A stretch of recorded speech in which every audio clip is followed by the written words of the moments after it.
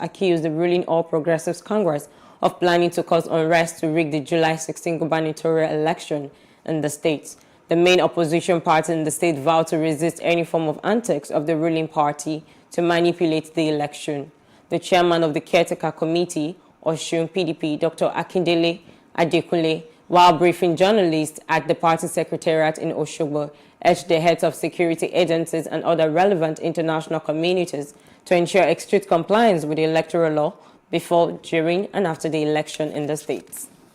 Certainly, inducement of voter is a criminal offense. So for somebody to manifestly declare an intention to induce a voter, it warrants a criminal investigation by the EFCC. So I think EFCC doing their job should summon him, let him explain what he meant that he has brought pounds sterling to be able to do so. So I think that clearly is an indication of a manifest intention to commit the offense of inducement of voter, which is clearly an electoral offense under the Nigerian law. So for people to go around and be attacking billboards is an act of uncivil nature. It's an act that touch and undermine the order of the state. Do you want to create an atmosphere of an ungovernable state because you are aspiring to lead the state? And in Cross Rivers, Imana Ambrose Amahe has been nominated as the PDP candidate for the position of Deputy Governor of Cross River State. This was disclosed in a letter addressed to the National Secretary, PDP, by the state chairman, Venatius Ikem. Mrs. Ambrose Amahe comes with a high pedigree. Ikem noted that in arriving at the decision, they had taken into consideration geopolitical spread, ethnic and political balancing, and even gender sensitivity. The University of Lincoln, United Kingdom, has banned Senator Ike Ekweremadu, who it recently appointed a visiting professor of corporate and international linkages, following Thursday's arrest and subsequent arraignment of Ekweremadu and his wife, Beatrice, in London for alleged conspiracy to harvest the kidney of 15-year-old Ukpo Nwamini David. The London Mail quoted the university spokesperson as saying that Ekweremadu's duties at the institution have been suspended for the time being. We are deeply concerned about the nature of these allegations, but as this is an active police investigation, we cannot comment further at this stage. Whilst this matter is subject to investigation, this person will not be undertaking any duties as visiting professor at Lincoln. End of quote. David, according to the prosecution, was trafficked from Nigeria and entered the UK with the passport of a 41-year-old man and did not know that he was taken to London for the purpose of donating his kidney. The Independent Corrupt Practices and Other Related Offences Commission, ICPC, has raided the Abuja home of a military contractor and seized over $175,222,965, a G-Wagon, 2022 editions of BMW, and Mercedes-Benz cars. Operatives also recovered customized mobile phones, several designer wristwatches, including 3 Rolexes, and some property documents.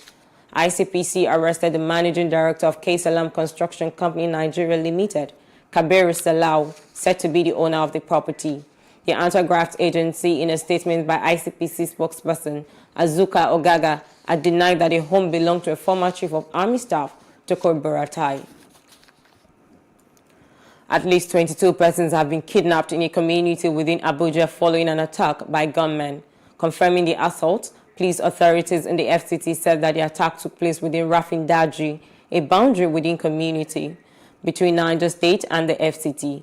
Acting FCT police spokesman Oduniyi Omotayo said the gunmen attacked the community at the time farmers were cultivating their farmland. Kogi State government has vowed to apprehend and bring to justice the fleeing yet to be identified gunmen who attacked Eka Ohizeye police station in Okei local government area of the state. A statement issued by the Commissioner for Information and Communications in the state, Kingsley Fowle, said the criminals killed one person at the station before their operation was followed by security agents. The attack was said to have occurred midnight Thursday. Meanwhile, the state governor, Yahya Bello, had directed the Office of the State Security Advisor to mobilize adequate security personnel and equipment to the affected area to ensure watertight security and restore confidence in the citizens. Fowle also assured citizens of the government's readiness to implement an effective action plan to avert reoccurrence while also working closely with the security chiefs in the state, as well as the people in the affected area. As herdsmen attacks resumed in communities in Benue State, Governor Samuel Ortom has challenged those who believe his administration erred in enacting the open grazing prohibition and ranches establishment law to speak against it publicly in the state and see the reaction of the people. Governor Ortom threw the challenge in Makurdi after receiving the award of Best Governor in Nigeria in the area of security by the Daily Independent newspaper and other awards. According to the governor, the law, which was enacted as a solution to the perennial clashes between herdsmen and farmers, has the backing of traditional and religious leaders and other stakeholders who have all remained resolute that the law should not be repealed. Our displaced people who are IDP camp, they are really used because each time I interface with them and try to probe their minds to see if I'm going the right direction or doing the right thing, they tell me they're not disturbed. That whatever the Fulanis want to do, by killing them and occupying their lands, if the federal government wants, they should continue to support them to continue to kill us, so that we will never surrender our land to Fulanis. And the amazing thing that even the small children,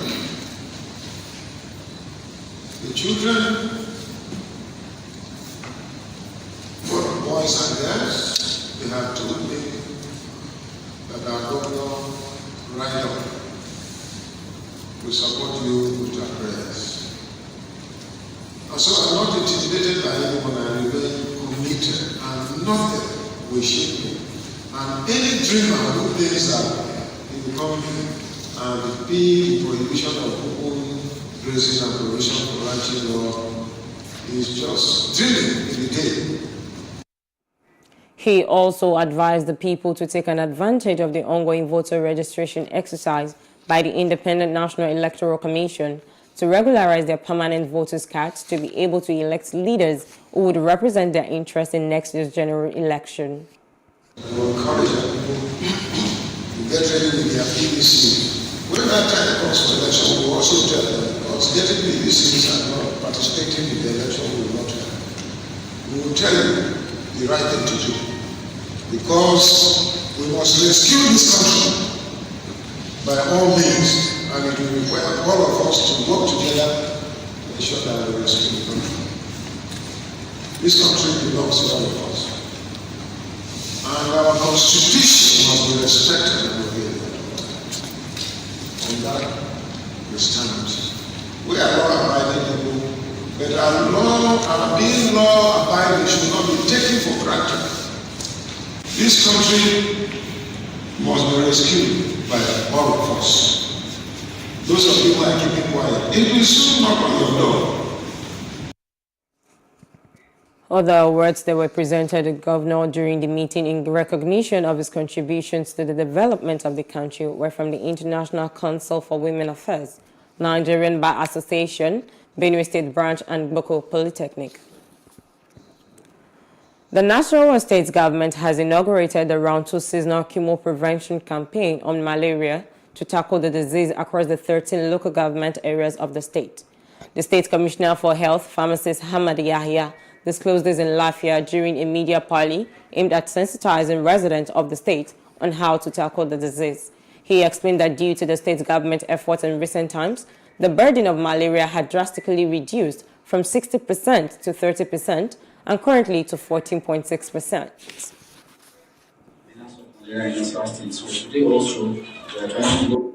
Every one of us today here must have some kind of scratch on the order of malaria. And we are unveiling different strategies to see how we can cope the menace of malaria in Nasarawa State. So today also, we are trying to roll out one of the very strategic intervention, and we thought it wise that media team should be here to hear from the hierarchy of the ministry what we have planned going forward and how you can partner with us to ensure that we achieve success. The first year of implementations, over 10,000 personnel were involved, and a total of 775,905 students between the ages of 3 to 9 months across the 13 local government has been quite impactful and also see through this. Have a widespread publicity of our activities as best as possible up to the colonies and to the locals as best mobilized in the way possible. Community mobilization has been an order of our partnerships. We will have to also call for intensification of such and make sure we put that together and create more awareness among people so that we can all key in and together to eliminate malaria within the state show, national, and the world at large. A clean environment is necessary for good health and to curb diseases. This was underscored by the Nigerian Conservation Foundation when it took its sanitation campaign to the Lasamaja community in Lagos. Details in this report. The rainy season is here again, and it comes with blocked drainages and other environmental issues. The Nigeria Conservative Foundation believes in catching them young as it takes this campaign to Iriakari Primary School in Ilasamaja. Head Environmental Education NCF Abidemi Balogun says the exercise, which is part of their Clean Our World project, seeks to sensitize the community, especially on proper waste management, and ensure a healthy environment. We need to catch them young. This has been a phrase word for NCF because we do environmental education. We involve the young children. We try to engage them as early as possible because they need to be environmentally responsible adults. And if we don't start now, when do we want to start? So we try to start with them at the young age so that they can see it. It will be a part of their way of life, so it's not strange to them. When they are involved, they get to be creative, they get to try hands-on, they get to be involved, they get to be carried along, they get to take responsibility for their environment. Passionately, volunteers, community members, and students alike take joy carrying out the task. So, what can be done during this rainy season in a coastal city such as Lagos? The organizers speak on the need to clear the drainages during this rainy season, while encouraging people to make environmental sanitation a regular exercise for the community. Even though we don't have enough drainages, the one that we have, let's keep it open so that the waters can flow easily, because if they don't, water will always find its way, and if the passage is blocked, if the water channels are blocked, they will come into the house and it will be economic loss, earth loss. We want to encourage everybody to make sure that they are not dumping their waste inside the gutter. They should package their waste properly. If we don't do this, the effects will be catastrophic. So we need to take action immediately. What we are trying to build on this project is trying to create awareness in these children and ensure that they do the right thing and develop this environmental consciousness at the end of the day. Let them make sure that at least people live in an hygienic environment, so they have been doing it. So, and there is a welcome development. So it makes the environment to be clean. Even the people in the community, they cherish it a lot. So they cherish it a lot. So they have come out en masse to join us in doing the cleanup. The NCF believes that coming to the community is necessary in order to keep the children healthy. As Nigeria joins the rest of the world to mark International Widows' Day, a group, Widows and Orphan Support Society of Africa, WOSA, has celebrated widows with a renewed call to ensure financial independence for them. Founder of WOSA, Dr. Tyre Thomas, also condemned the untold hardship these women go through. Uyime Elijah tells us more. June 23rd every year has been set aside by the United Nations to bring the front burner issues affecting these vulnerable women in order to safeguard and protect their rights. For these women, the devastating loss of a partner is magnified by a long-term fight for their basic rights and dignity. Despite the fact that there are more than 258 million widows around the world, widows have historically been left unseen, unsupported and unmeasured in our society. Dr. Tyre Thomas is the convener of this support group. He offers solutions to achieving sustainable financial independence for widows in Nigeria. The organizers believe that the women need to acquire relevant skills in order to be empowered. This can be achieved by getting the widows empowered. Like WOSA, we do skills acquisition for widows. And when that is done, we empower them with some money to start. Then along the line, we create a cooperative for them to build up their business. And along the line, we also create a microfinance support to expand their business. By so doing, they will be independent, they will be able to cater for their children, and we will have less problem of widows having issue in Nigeria. These women need empowerment. If you give somebody fish, you don't expect that person to come back to you again. But if you teach the person how to catch the fish, the person will become responsible and independent and be able to take care of himself or herself. So these women actually need skills and financial assistance to help them stable. Experience has shown that widows are often denied inheritance rights, have their properties grabbed after the death of a partner, and can face extreme stigma and discrimination. We got a chance to speak to some of the widows who have a lot to say about their unfavorable living conditions. I lost my husband as a widow. It is not easy. I will tell you the truth, it's not easy. To become a widow for 2 hands, later become 1 hand, is not easy. Worcester has been so helpful to us, for our children, and he extends the love to orphanage too, apart from the widows. So he has been so helpful. In fact, I cannot even quantify him. I mean, the way he does things for the widows. He gives welfare, he gives cash, and so many other things. Programs and policies for ending violence against widows and their children, poverty alleviation, education, and other support are encouraged, especially in the context of action plans to accelerate achievement of the Sustainable Development Goals. Uyime Elijah, PlusTV News. Now we move to other parts of Africa. Commonwealth leaders met in the Rwandan capital, Kigali, to discuss cooperation on topics from trade and health to climate.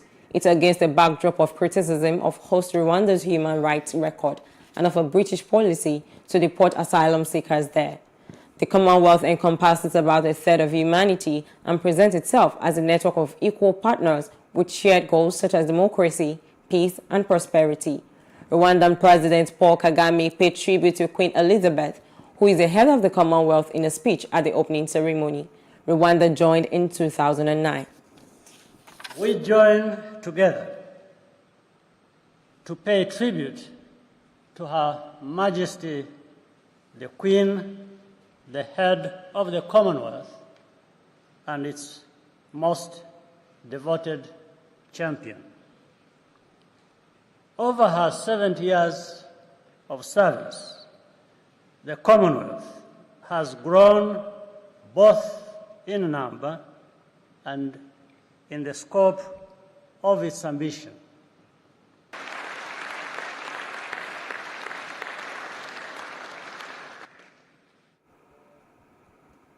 And outside Africa, a 42-year-old man has been arrested and charged with murder, attempted murder, and terrorism after a shooting in the center of Norway's capital that killed 2 and injured 21 on a busy nightlife district. There was gunfire at about 1 o'clock local time on Saturday in 3 locations, including a gay bar. Shots were fired at the London pub, a popular LGBTQ+ app venue, and near the Herr Nielsen Jazz Club and a takeaway. Oslo's annual Pride Parade was due to be held on Saturday, but has been cancelled following police advice. Meanwhile, Norwegian Prime Minister Jonas Gahr Støre called it a terrible and deeply shocking attack on innocent people. The U.S. Supreme Court has overturned the Roe v. Wade opinion that has secured constitutional protections for abortion in the U.S. for nearly 50 years. The milestone ruling, a draft of which was leaked last month, has the potential to claw back abortion access across the country by allowing states to restrict or outrightly ban the procedure. Friday's 6-3 decision, delivered by Justice Samuel Alito, with all 3 liberal justices dissenting, reverses the historic 1973 Roe v. Wade decision. That original ruling found that a woman's decision to terminate a pregnancy was protected by the right to privacy that flows from the 14th Amendment of the U.S. Constitution, which protects a citizen's right to life, liberty, and property.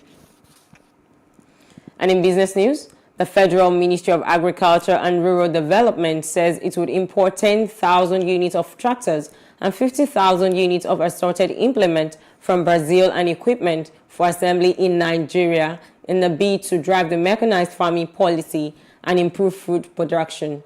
The initiative will also cover 142 turnkey factories for agro-processing as well as training of the project's beneficiaries for over a period of 5 years. This development was disclosed in a statement by the ministry's Assistant Director of Information, Salamatu Jibania, in Abuja. Jibania stated that the Minister of Agriculture and Rural Development, Dr. Mohammed Mahmoud Abubakar, said that the federal government will achieve the feat through partnership with the Brazilian government, which would be responsible for the supply of the equipment. Dr. Abubakar gave this indication at the opening ceremony of Africa's Agricultural Machines and Equipment Technology Expo on industrializing Africa's agriculture through technology and innovation in Abuja. And in entertainment news, the award-winning writer, film and TV producer and TV host Fumi Iyoda invited friends and family to a watch party for the season 2 of a newly introduced TV show, Public Eye. The party, which was hosted in Lagos for the appraisal of the TV show, had in attendance veteran TV and radio broadcaster Lekon Ogunbawo, famous Nigerian blogger Linda Ikeji, TV host Aderile Edu, and a host of others. Our correspondent Paul George was there. The hall was filled with friends and family, young entrepreneurs, journalists, and the brother and sister of the victim of the Lagos State Bus Rapid Transit, the late Bamishe Anyanwola, on whose story one of the episodes of Public Eye centers on. The quintessential storyteller, Fumi Iyoda, wasted no time in welcoming everyone as she took the audience through the journey into the birth of Public Eye. I wanted to come here to have sort of like an intimate evening with friends and family and people I've also met in the course of Public Eye. And so it's a pleasure to see you all here. At the time that I started my career, I was also just very young. I was in my 20s. Sometimes we talk about our country and we talk about the things that are wrong with it, as we should. I can also see the things that are improving in spite and because of the actions and all of us, which is what Public Eye is about. She also stated that it was high time Nigerians came together in their diversity to build the society. So beyond talking about how horrible things have been, is now what exactly can we actually do about it?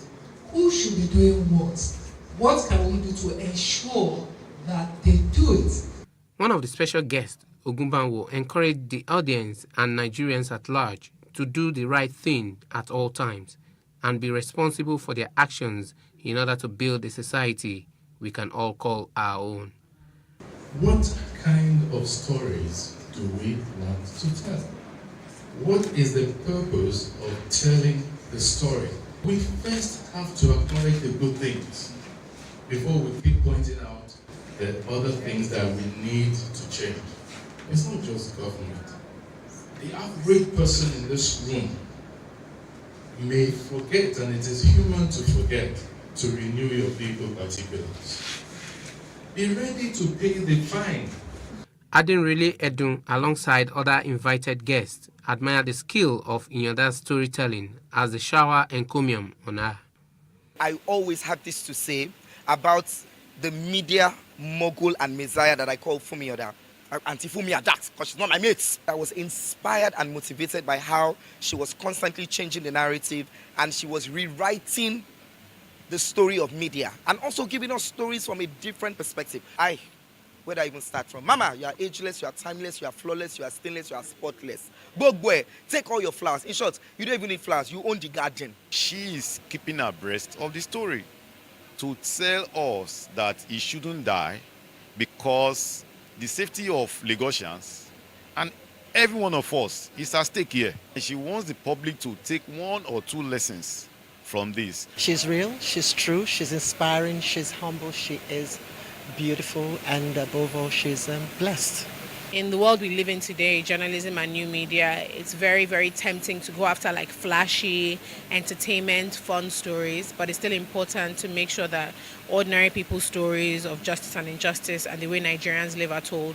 And Fumi has always made that the core of her career. She's always wanted to highlight how regular, everyday Nigerians are living and growing and managing themselves in the society we live in. So it's really, really amazing and inspirational to see that she has continued to do that with Public Eye.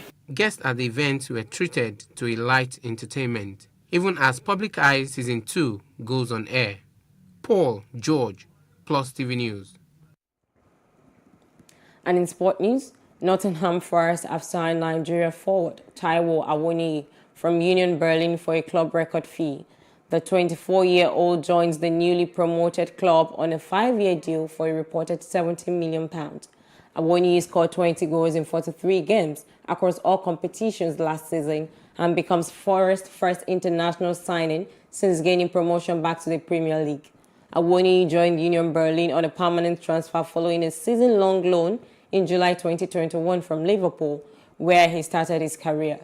He did not make any first-team appearances for Liverpool after signing for the club in 2015 and spent the majority of his 6 years with the Mayor side out on loan. And that's the news brief. For more stories, please follow us on our Facebook, Twitter, and Instagram. And do subscribe to our YouTube channel at PlusTvAfrica and PlusTvAfrica Lifestyle. I am Khadijat Balogun. Many thanks for watching.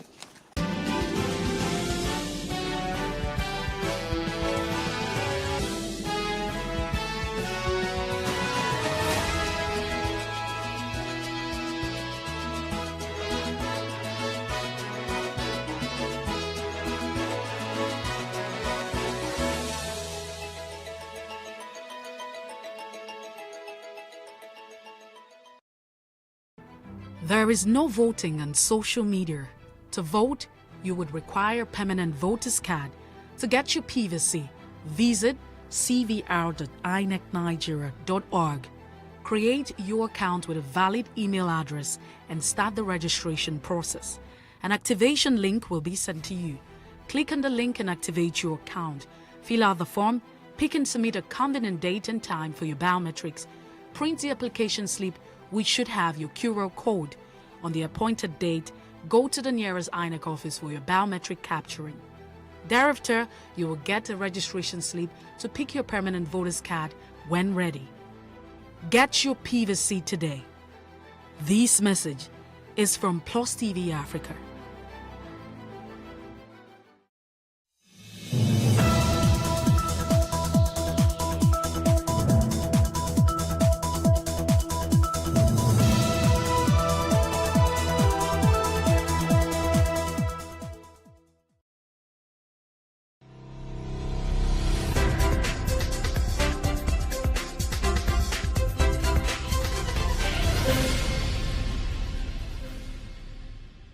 Hello and welcome to another episode of Ladies Talking Business on Plus TV Africa.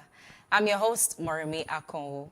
Our guest today is an outstanding fashion designer and the creative director of Ronkefeller Collections, a business that caters to an everyday African woman, specifically for plus-size women, which she founded in December 2016. She attended Federal Government Girls College, Akwa Ibom State, and is a graduate of theater arts from the University of Abuja. She is also an award-winning fashion influencer and content creator with over 5 years of experience. She is Aderonke Enoabasi Daramola, popularly known as the real Ronkefeller. Thanks for coming on the show today. Thank you so much. Thank you. Thank you for having me. You're welcome. I'm glad we finally made this happen. Yes, finally. Okay, so you're looking at fashion. Thank you. Yeah. So what does fashion mean to you? Fashion is everything to me. That's who I am. It's one of the major purpose or one of the major reason why I am Aderunke or Ronkefeller. So when you ask me, I'll just simply say, fashion is everything. Okay. I mean, my passion is bringing me money, you understand? So, I mean, that's what fashion is to me. You get, it makes me stay creative. It brings me money, and I have, you know, I'm an employer of labor. It brings us, my team and I, money. So fashion is everything. So what do you look at before you try to put outfits together? I'm saying on a personal note now. So if you have to go somewhere and you need to dress up, what comes to mind? For me, comfortability it is for me. Okay. You understand, depending on where I'm going to, because I'm really not an outgoing person. I'm a really, really homebody. So when I want to step out, as much as I want to make fashion statement, because I want people to say, oh, where did you get that from? So I'm saying, it's my brand. I also have to be comfortable, because you don't want to wear your brand and you're adjusting every now and again. Everyone is looking. So yeah, comfortability, that's it. Okay, so you started this business in 2016? Yes. Okay, so what are the notable improvements that you have that have occurred in the Nigerian fashion industry that you are grateful for? Nigeria, we hello. Nigerian designers are very, very, very super talented. I mean, look at the just concluded African Magic Viewers Choice Award. Did you see what our designers did? No, that was just a showcase award. So, we Nigerians are super talented, particularly very rich in art. When it comes to music, when it comes to fashion, you understand. So there's been a really, really huge improvement, you get, because, and thank God to social media platform, Instagram, connecting us to other worlds, you understand. So there's one thing, and then there's another thing that I've noticed. We have sold our fabrics, our designs to the other world, to the Western world. So it's not just Afrobeat they're listening to. They want to wear Adire too. They want to wear Ankara. There's even Ankara Ghana must go, so what are we saying? Yeah, I think one of those huge brands made Ankara Ghana must go or something, Ankara bag. So what are we saying? So we've sold ourselves very, very well. So what do you think the future is for the Nigerian fashion industry? Limitless. That's what I'll say. Limitless. Interesting. Okay, so before we get to that point where they're limitless, and what do you think the industry still needs to take us a step further and further and further till we get to, you know, the likes of them big names? So what do you think we need? Presently, I feel like one of the few things, you know, it's not if I'm speaking now, I'm speaking from, you know, I'm speaking from a business person point of view. Okay. It's not even, I'm not really going to blame it on the industry, because like I said, we have so much talent and potential. Now I'm going to blame it on economy, government. Okay. It's difficult though. It's difficult being a business person in Nigeria, you understand? So sometimes there are a lot of designs you even want to pull out. When you see the amount of diesel you will spend on, an amount of generator as, then you would be like, okay, I think I should make it simpler. That way, it makes it difficult for us to go all out sometimes, particularly when you are not an established brand, you get. Then aside that, much more of originality. Some of us, a lot of us, we can like to copy people's style. They say they're remixing yes, it, just putting it all but then together. I don't think that can ever go out of fashion, because just yesterday on the internet, I saw Kanye West calling out a popular brand for, you know, reproducing his own ideas. You get what I'm trying to say? So the truth is, some people are going to be inspired about what you put out. Some are creative enough to switch things and, you know, bring out more creativity from it. But some people are copycats. So I would say that we should have less of copycats and more of originality. That's what I'll say. Okay, so let's talk about collaboration in this industry. Do you think, from your experience now, so do you think Nigerian designers are open to collaboration? Okay. You see, one thing I would say is, sometimes we don't spell out the things that we expect from both parties when we mention collaboration. And then even being someone who has, like, you know, a quite number of followers or platform, people will say, oh, hello, I want to gift you my jewelry, or I want to gift you my bag. Just say as a gift. They'll say as a gift. But in the end, they're expecting a tag, shout out. So I feel like we should be much more straightforward what it is that we want. Oh, I want to gift you my jewelry and I'm expecting a shout. Please, could you do that? So both parties know this is what we are expecting. Now, see, things are so expensive. So I would not be, and then especially when you have workers to pay. That's why I said the collaboration thing, just spell out what you want. So that if you can't do it, I feel like some Nigerian designers are open to collaboration, especially the up-and-coming ones. I feel they are. But, you know, the established ones, I mean, if you've worked so hard to build your name, you might be a little bit skeptical. You'll be needing something big to come to the table before you, because it's not easy. I would be speaking as a business person now. Imagine me asking my worker to make a dress. She's going to get paid. Yeah. But I'm not being paid for that collaboration. You get what I'm trying to say? So I know it's not all about money. Yeah. But let it be worth my time. Let it be worth my workers' time. So that's it. That's a new perspective, but we'll speak more about this shortly. Okay. We will be back for more conversations with our guests after the break.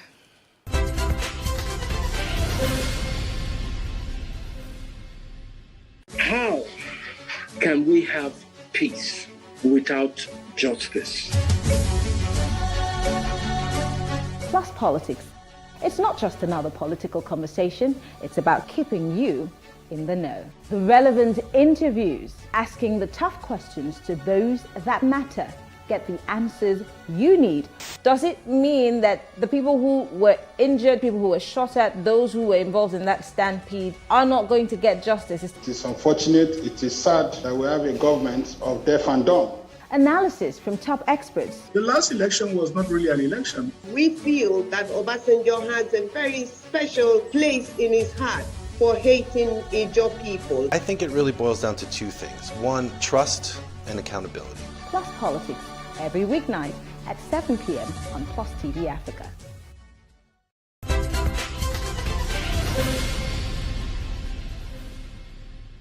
I'm still here with Aderonke Daramola, Creative Director of Ronkefella Collections. So, is it okay to call you Ronkefella? Oh, yeah, sure. Okay, so why did you decide to, well, carve a niche for yourself in not just female clothing, but also for the plus-size woman? Okay, so first and foremost, my size is up nepa. Today, you know, really maybe pretty slim. Tomorrow, you know, really chubby or fat, as you call it, whatever. But the thing is, okay, why did I choose fashion? First and foremost, I feel fashion chose me. Respect to my late mom. She's a very fashionable person. So, you know, growing up and seeing, you know, someone, and she was a teacher, so seeing her dress up every day, wearing colors, inspired me to also love fashion. And so when I finished university, I was first a makeup artist. And so I was using all my money for makeup to buy clothes in Katangwa, in Eko, in Yaba. So I said to myself, and then I started fashion blogging, and I grew followership. And so I said to myself, you know, rather than just be spending what you're earning, why don't you start creating your own pieces? Honestly, that was how it started. And then in 2016, I did yard sale and made some pieces, and I made ₦1 million in a day. And that's how I knew, okay, this is it. This is it. Fashion gave me my first million, and I'm like, I'm not going to And that was back in 2016? Yes. Wow. Okay. Okay. And then for the plus-size women? Okay, yeah, for the plus-size women, you know, African women, we really not like the Western world. We're not skinny or slim. So, like, my aunties are plus size, even my mom on the big, even myself. So I said to myself, why don't I make clothes for women like me? I know what our insecurities are. So let me make clothes to help our insecurities, to give us confidence. So, you know, business is all about value. So my products are about value to plus-size women. Okay, so I know that some of your collections you've infused some African styles and fabrics, adire, damask, and co. What was the reception like when you brought that out? Okay, so Everything I do when it comes to business, most of the time is calculated and intentional. So I noticed a lot of our customers are abroad. And, you know, Africans abroad love to wear, you know, they miss home.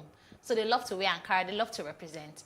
That made me start to infuse adire, you know, damask and all of, you know, those African this thing. And when I did it first, the reception was beautiful. And since then, I never stopped. Wow, so I take it that it's still beautiful. Yes, it is. So let's talk about sourcing for those fabrics and prints and materials and all that. How easy has it been sourcing for them? It's not easy at all. Oh. I won't lie to you. It's not easy at all. You know, when I started from inception, I even used to go to Aba myself. And I remember how I used to cry in buses. because I ask myself, why am I putting myself through all this stress? But you know, sometimes it's only you that understand the vision of your business. So you want to be included in every process, from buying fabrics till the production, like the end of production. So it's not been easy. But these days, I mean, I've been like 6 years in the business, so I've had relationships with people. I do not need to travel that far anymore. I've built relationships, and now thank God for social media, WhatsApp, and all of that. So now the sourcing is easier than you know, when I started. Wow. So this next question, I like to hear what my guests have to say every time I ask it. This is about challenges you faced running your business in Nigeria. Because you said it earlier that it's not easy running a business in Nigeria. So tell me about some of the challenges that made you think, you know what, I'm not doing it again. Like, I won't even lie to you. Like, I jokingly call my husband my therapist, because I still cry till now. So I would be lying if I say we don't face challenges every day. You face challenges. I face challenges when it comes to the diesel, fuel price. As the month of March, April, when I looked at the amount we're buying fuel, it was really bad. And this, now I'm talking to you, at least maybe 3 weeks earlier, we were getting, the NEPA light was okay. But right now, as I'm talking to you, they said our whatever has collapsed. Yes, the grid keeps collapsing. Wahala. So, so I don't know who is collapsing that thing, because I have to go and tie the person's leg. So, you know, that's like one of the, you know, and then when the fuel scarcity, oh my God. Oh my God. So you see, customers do not want excuses. They paid for something, what they want is results. So you can imagine what we face, you know, behind the scene. You can't be telling customers there's first, what is their business? Because just like if you're working in an office space, you have to resume work every day. There's not, they don't not concern your if you like trek, if you like fly. So that's the same thing. Customers are our bosses. You understand? So if they place an order and you tell them this is it, they want to see their order. So all of that. And then, you know, staff too. It's not easy. Sometimes it's hard having to deal with people who do not understand your vision. She's too wicked. She's too harsh. She's too... Just because you're pushing to some kind of level of, you know, productivity. And perfection. And perfection. It's not easy. And then, you know, sometimes you also really have some... Really, I don't know the word to say. Customers that we, you know, put fire in, you know. These days we have people who do not understand how to communicate their offenses without having to be verbally abusive. So we face customers who sometimes will be verbally abusive. You know, you can work on our mental health, you go and cry. What a lot of the challenges, my sister. If I start now, I'm not going to finish. So there are a lot of challenges. I can imagine, but it's good that we're smiling through it all. Yes. It makes it, like, I mean, it makes me stronger. It makes me, you know, capable. Let me use that word. So what keeps you going, even in God, the midst of all this? God, prayers. God, my relationship with him, you understand, because you see, life, I always believe that there is also a spiritual aspect of life. Whatever it is you achieve physically, probably you've conquered spiritually.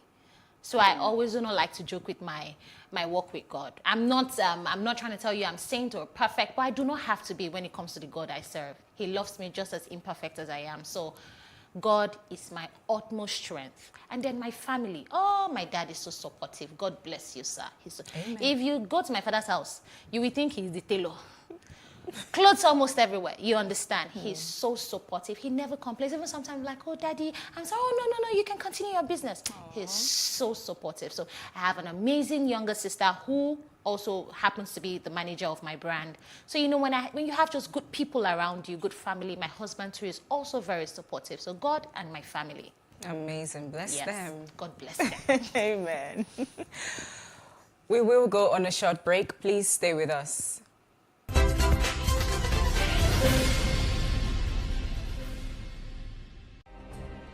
Nigeria's Niger Delta region, from where the black gold fuels Africa's largest economy, where the lines between wealth and poverty has never been thinner. Conflicts, poverty, insecurity, and environmental challenges daily confront the region. How can the Niger Delta story be changed for the better? Join Mamude Akuga at 9 p.m. every Friday evening on PlusTvAfrica as he probes deep in search of solutions. Inside the Niger Delta with Mamude Akuga, the authentic voice of Nigeria's oil-rich region.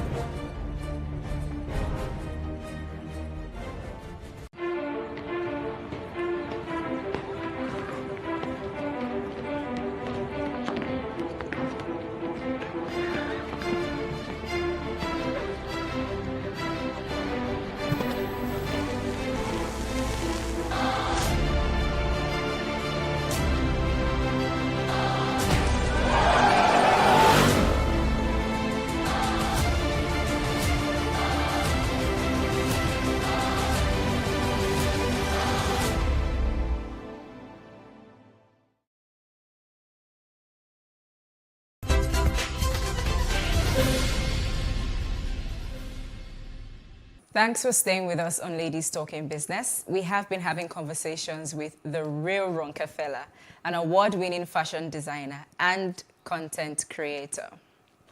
So I know I've asked before about the business since 2016, but I know that as a brand, there is definitely something you're doing to still keep you in business. So are you ready to give us some, pointers? Tell us about some things you're doing. I would not cast my trade secrets, but one thing I would say is we are a brand that is very accountable. I, as a person behind my brand, I'm accountable. So I make sure my staff, all of us, we are accountable. And so what is accountability? We understand that we are, striving towards perfection, but we are not a perfect brand. But we listen to complaints, and we take feedbacks, constructive criticism, and we work on ourselves. So now, when you're not accountable, it's when they say, oh, there is a problem here, there is a problem there, and then you carry your face. Do you know who I am? And then you're not. But we are the brands that you don't see no refund, no exchange, no this. Oh my goodness. We understand that sometimes we fall short. And when we fall short, we are very willing to make an amend. We are very willing to return back customers' money if that is what. You understand? You can't do something wrong and then hold on to somebody. Are you a thief? So we are not thieves. You understand? So accountability is a huge watchword for us, and integrity. So we're a brand that stays accountable, and then who doesn't want to work with someone that has integrity? If people know my money is safe with this brand, they would always come back. So that's it.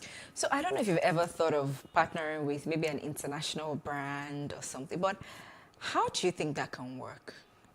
It's going to work beautifully.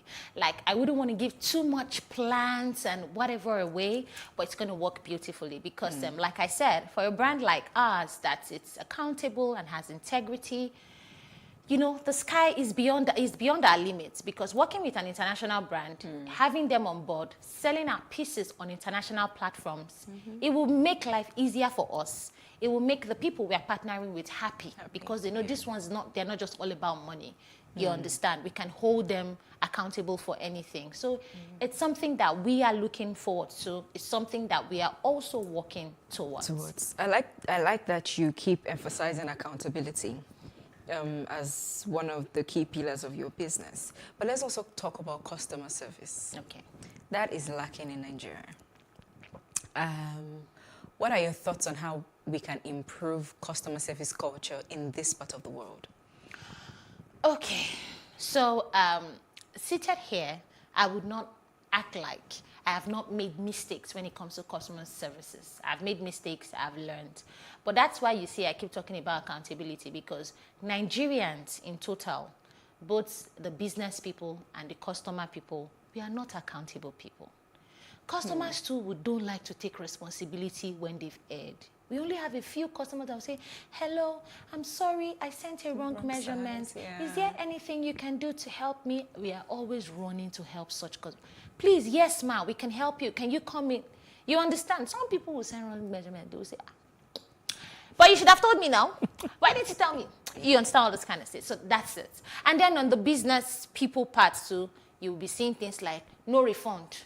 No exchange. Because I know it's being read. Yes, and I know of people who so well that this thing you posted or this thing you sold is not good, and then you will tell them no exchange. Why?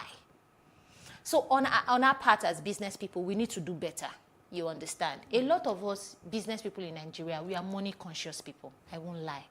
We think it's just about goods and services. Take the goods and give it. No, it's not about. I believe that as a business person, and I'm speaking to all of us, myself in general, aside selling services, make sure that the service you're selling is worth whatever it is, you understand, whatever money you're collecting from the customer. So that's why, reason why we do refund is if a customer is not happy, to what end? Why are you with somebody's money when the money will hook you, you will not sleep well at night. So yeah, so that's it. Okay. All right, before I let you go, I want you to, I would like to know what your words or thoughts are for up-and-coming fashion designers in this industry? What words do you have for them? Number one, stay original. Know your whys. It's very important why you know your why you should know your why, because when you're out there, people can begin to put in thoughts into your mind. Oh, why are you not doing like this? Why are you not doing like this? Why are you not doing? Know why you started, though. You understand? There are a lot of businesses out there. Don't forget that the kind of capital you have is not the same thing that number B has. You don't know who is funding that business. So if that business started last year and then they went to open shop, don't say, oh, me, I've been doing 5 years, I've not opened shop. They will think I'm not. You do not need to validate anybody or validate it. Why are you in business? For services. Make sure your customers are happy. You understand? Stay humble. A lot of us, by the time we begin to see change, we start to do like this. You know who I am. Dangote did they find money. So that's it. Absolutely. Thank you so much for coming on the show today. Thank you. We wish you all the very best. Thank you so much. You're welcome. Thanks for tuning into Ladies Talking Business today. Do join us this same time next week for another episode. Don't forget to follow us on PlusTvAfrica Lifestyle on YouTube to catch up with our programs. I am Moremi Akonwo. Bye for now.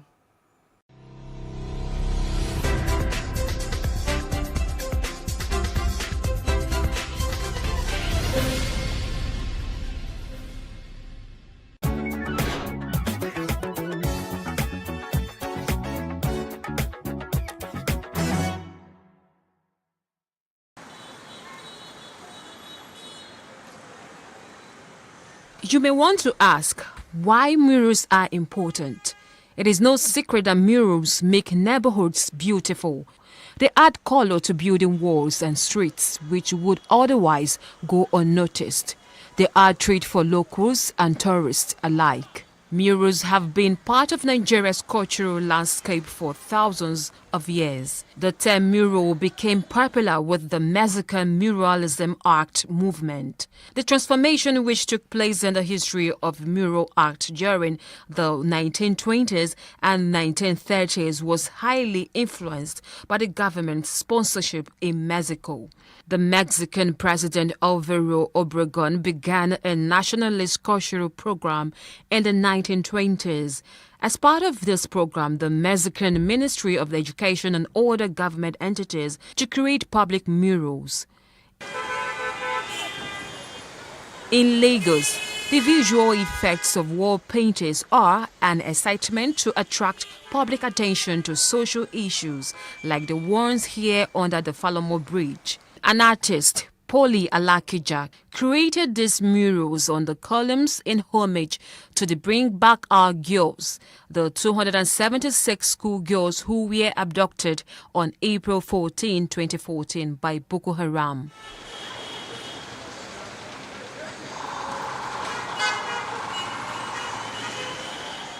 We speak to an artist, Ebenezer Omole, a 34-year-old who started off as a child and has been painting for many years. This is one of the locations where he has some of his works. He explains the processes involved. There's a way I blow this color. When you look close to it, you see as if it's flowing down, So I have to follow the flowing down, then blow it both left and right. So in order to make it creative, so that it won't just go down straight, but go left, right, and zigzag like that. I mix another black thicker than this, then to write what they have here.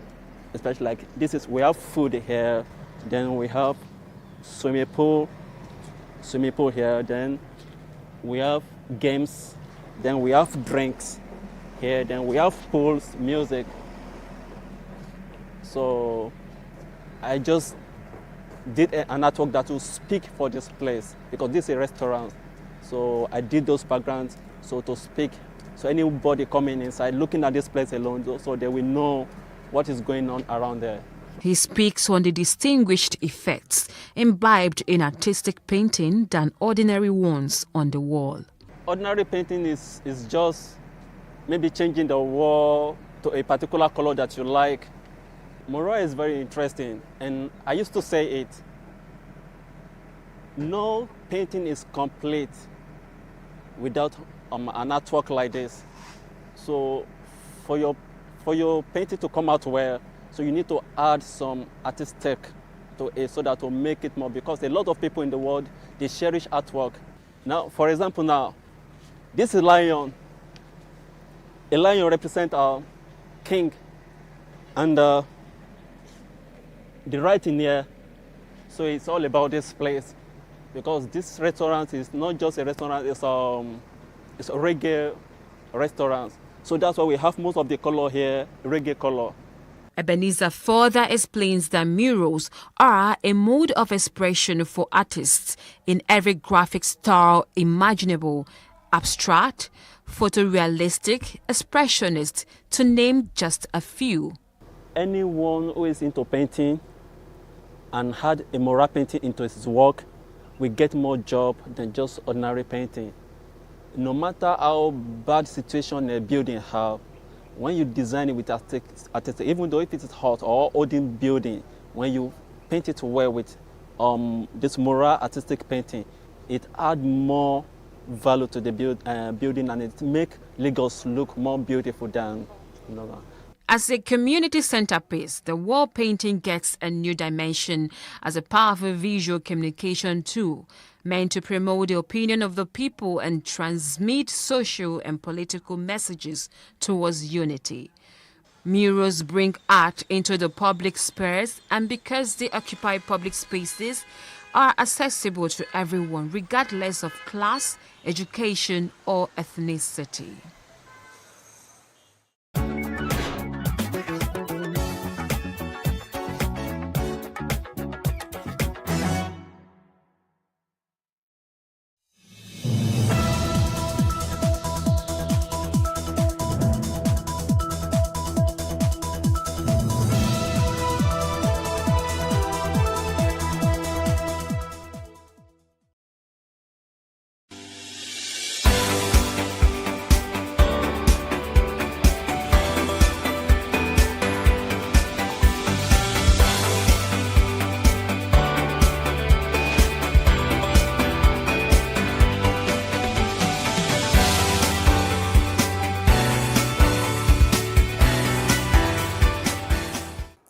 At the peak of globalization, the increased geographical dispersion of value chain members has translated into larger volumes of cargo movement over greater distances by sea, air, and land.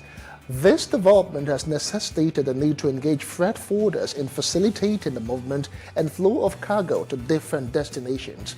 While many countries have seized the opportunity to insert themselves into the different value chains of product by integrating freight forwarding activities to enhance trade, most of the sub-Saharan African countries are yet to do so. On the show today, we'll bring you highlights of our chat with the founder of the National Association of Government-Approved Freight Forwarders, NAGAF, Boniface Anebonam. Welcome to Business Insights on Plus TV Africa. I am Justin Akadonye.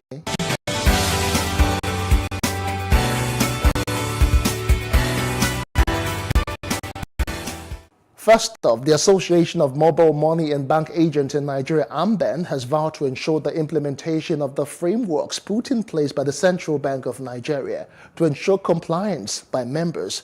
National President of AMBAN, Victor Olojo, flanked by other officials, said this while addressing newsmen on some issues raised by the House Committee on Banking and Currency with regards to agency banking and financial inclusion. Take a look. The impact of mobile money and agency banking hit a crescendo in the wake of the COVID-19 pandemic and the lockdown, with active point-of-sale terminals used by merchants for financial transactions recording about 3.1 trillion naira in the second quarter of 2021. The increase in the value of POS transactions in Nigeria shows the spending patterns of Nigerians and payment preferences, reaching all nook and cranny and by extension deepening the nation's financial inclusion drive. However, there have been complaints of proliferation of agents, lack of KYC, to even issues of theft and other fraudulent activities. The AMBAN executive spoke of a task force for self-regulation while clarifying other grey areas. Just take one of the case studies. Part of the framework of the CBN is that a mobile money or bank agent should be in a brick and mortar location, like an address that is traceable, But what we have today are agents under umbrellas, trees.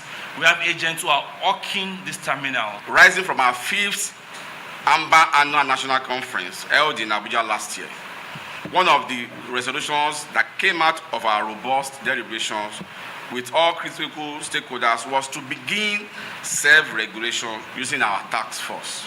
Victor Olojo lamented that the members are often on the receiving end when it came to counterfeited bills and other fraudulent activities, making a renewed call for adequate trading. There was a robbery case that happened in the East, and somebody's phone was snatched, and those bad guys came to Lagos. They took the SIM and transferred the funds to an agent. And the agent innocently actually served that customer, not knowing that that customer is actually, an armed robber. What we find out now is that those merchants now turn the outlet to mobile money making outlet, and that's not what the POS is meant for. And those that give out the POS know that this is what is going on, but they will not query them because what they want money. The growth in the number of POS businesses in the country has formed a major source of employment for Nigerians, especially the youths.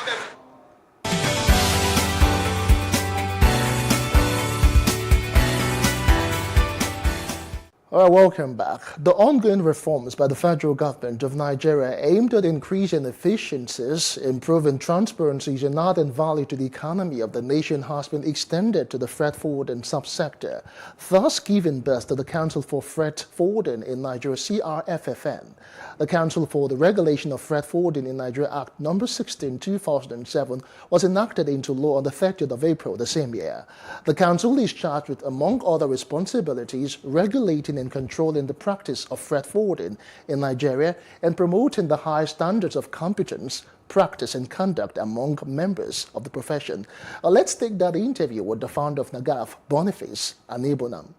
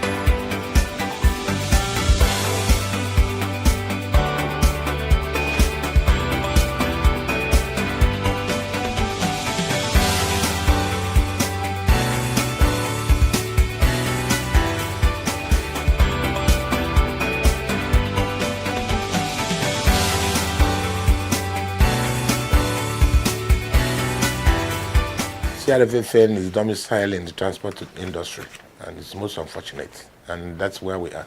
And I'm surprised. I am surprised. You know, sometimes you look at certain things, you just laugh. Now, one of the APC candidates who was in charge of transport ministry could not manage CRFFN, ordinary election, and the same person want to become the president of Nigeria. This is the kind of thing you see. A council that is not a parastatal of the government, in your watch, is being propagated as an agency of the government. Even when the matter is in appeal court. So it's a lot of things are wrong in our country. Let me tell you about the port as far as cargo movement is concerned. If they don't get CRFFN to be working, the freight forwarders are the most strategic people in the port in terms of moving cargo in and out of the port environment. They are the artery of the economy. Very strategic. So we need to get them right. And that is what CRFFN is expected to address. Because it's in the transport ministry, it's not working. How many years now? Since 2007. It's as bad as that. As I'm speaking to you now, I understand that they are somewhere in Eko, they are holding. Which meeting are they holding? When they are in positions, you impose leadership in default, in contravention of the statute. So you start something to fail, it does not work. The port, as it were, became privatized or became concessioned. What are the ingredients of doing so? One is that our port is expected to be competitive. The cost of doing business is expected to reduce by 30% the first 6 months. Where are we?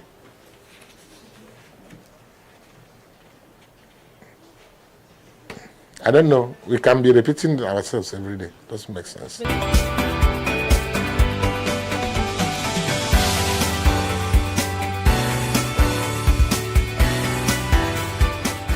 One, the leadership must have at least a little knowledge of what you are discussing. Even if you don't have, get the people, experts that you can get their ear. The port is the gateway of the nation's economy. You need to get it right. So it's all about leadership. Putting the right person in the right place to carry on with that particular function. Nigeria is endowed with, good resourceful persons and all that. So what's our problem? If you like to be talking about this, you keep on talking from now to tomorrow. We've been talking about all this. Because you can churn out documents every day. 1999, we issued a document, the need for a deep sea port with Obakra, the Oba of Badagry, during Obasanjo and all that. We talked about Nigeria becoming a hub for the African region, in particular, say, West Africa. Look at the opportunities. 20, 21 years now, they're beginning to talk of this seaport. 20 years ago, we talked about that our port is going into second degree of development. Dangote is springing up, flour mills springing up inside the port, taking space. Therefore, there is likely to be an upsurge, a problem. We need an external terminals where service trucks can be deployed and to be called, to be invited when needed. Nobody listening. You can see what's happening in Apapa now. 19 years ago, thereabout, we advocated that the inroads to the ports at Apapa Tinka need to be expanded 8 lanes to accommodate the traffic, the cargo throughput. You can see what is going on. You can go on and go on. You understand? It's not about resources. The resources are there. The money that the accountant general carried, we do all these things and do more. Do you understand? And so, before you know it now, is it not the same man who feigned to have a spinal injury? You understand? When he was arraigned in court. But he didn't know that the camera would pick him. And we are laughing over it. It's as bad as that. Everything is about leadership.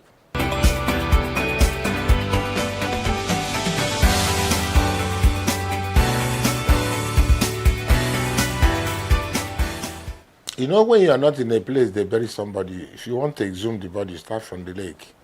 Those involved in the leadership of CRFFN do not know anything about CRFFN. What CRFFN stands, the mischief is supposed to cure. And that is the problem. I have just told you. How did we start about CRFFN? CRFFN came when Nagaf approached Fiata.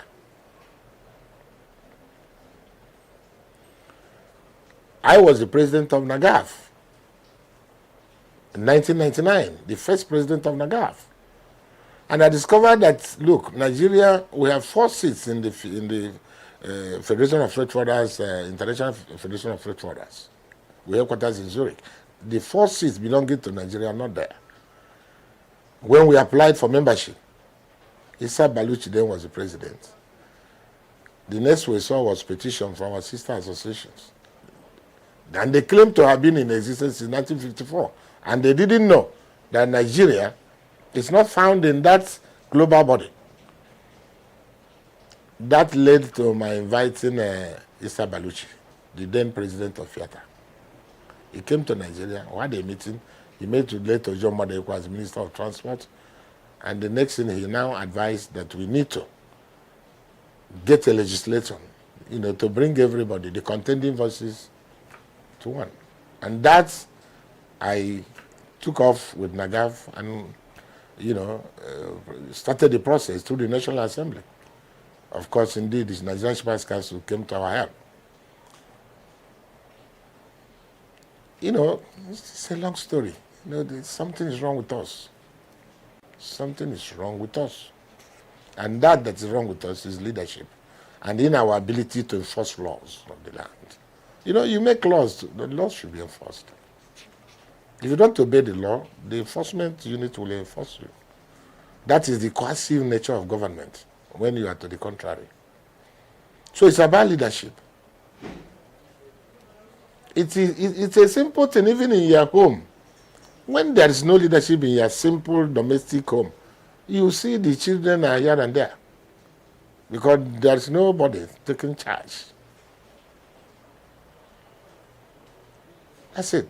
They are not difficult things for you. You keep saying this, they are not rocket science. They are things that we all know every day that this is what we ought to do.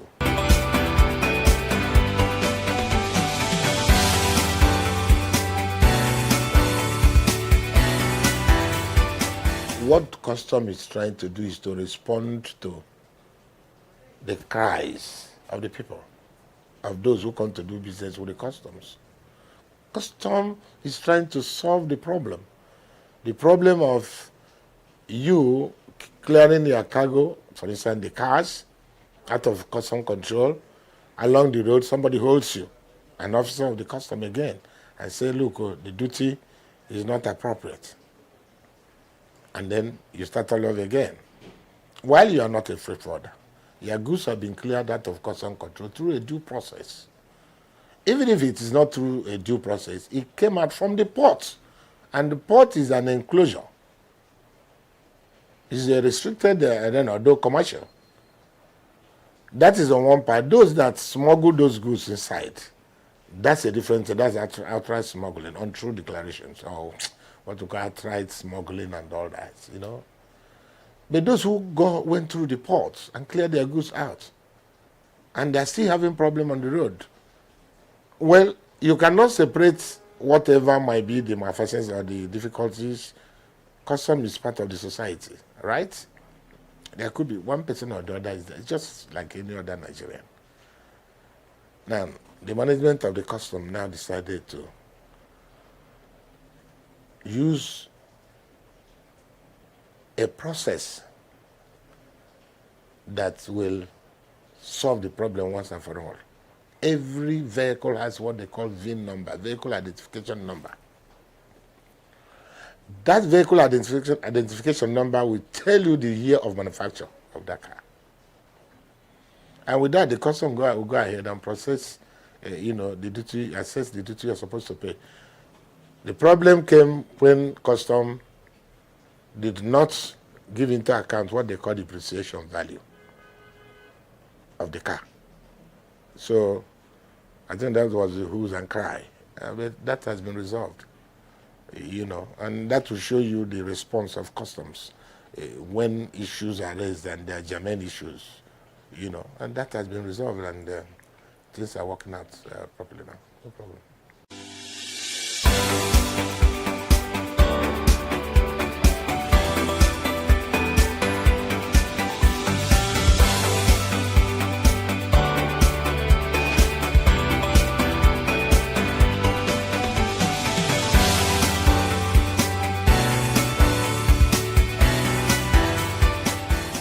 Hope you found the interview insightful.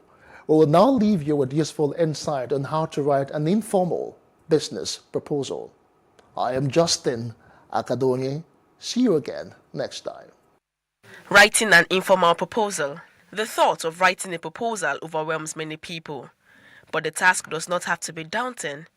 Informal proposals are written when people need to ask permission to make a purchase, undertake a project, or write a paper.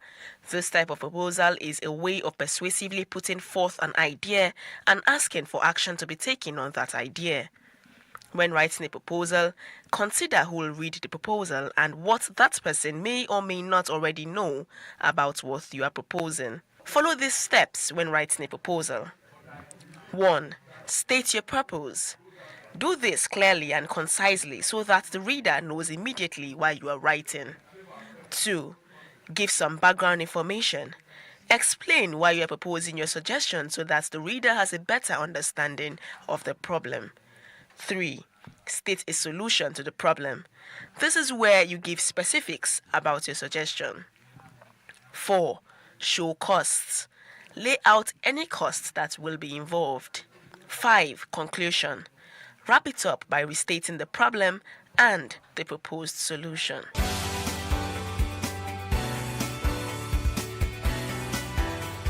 Five ways to revive a dying business. Is your business showing signs of distress, or is it straight up thanking? There are simple measures you can take to bring it back from the brink. Your business might be dying, but it doesn't have to mean it's over. Here are 5 things you can do to save your dying business and also help it thrive. 1. Evaluate your situation honestly. Before physicians treat a patient, they do all kinds of tests and make a diagnosis. So when you realize that your business is in serious trouble, stop. You need to take a good hard look at your company to evaluate and assess what's going wrong. You can't take action without knowing where to start. 2nd, rethink your strategy. The way you think about your failure is key to your success. After reevaluating your company, chances are you have found where you went wrong and you're ready to redefine and rethink your strategy.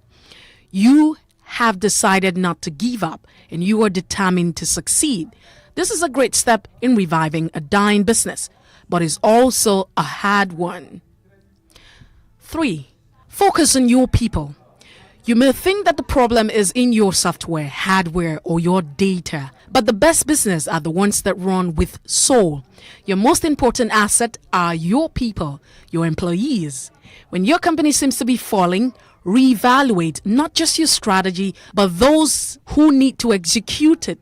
If necessary, get rid of those who are slowing you down and hire those who will help you revive your dying business. 4. Let go of pride and fear. Rather than playing the blame game, which will get you nowhere, successful CEOs and business leaders know that admitting their faults and showing genuine humility will help rebuild and reboost their organization. When business leaders are unwilling to change or stick to preconceived ideas of what they think will work, it is a recipe for disaster. And 5, don't lose your passion. Now, passion is what made you start your business in the first place, and it will help you to keep going. Passion may not always come with the voice of reason, but it may be the fuel you need to reignite that fire. So you see, your business can actually thrive.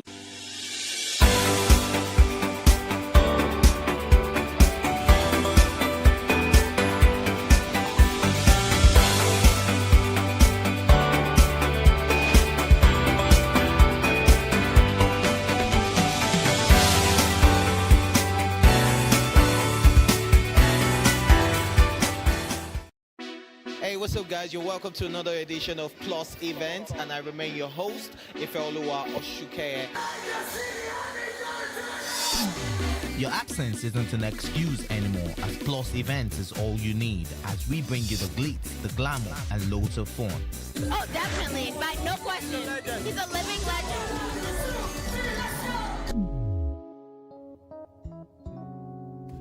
Oh, God forbid, Holy Ghost fire, no. I just want to be blown away. I want to be wild. This is 11 years of doing it.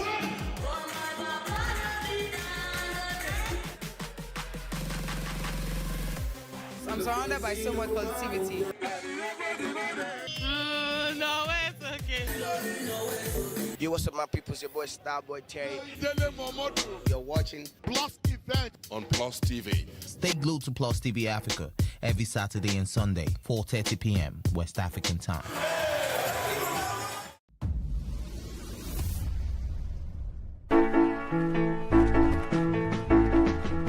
Nelly Uzonna Edith Uchendu was born in 1950 in Imuchu, in Aguata local government area of Anambra State, eastern Nigeria. She was a Nigerian singer, composer, and actress. Nelly started singing at an early age. She later joined Professor Sonny Oti's music group, under where her talent flourished. Her music career shot to limelight in 1976 when Homzy Sound released her debut LP composition, Love Wantinti.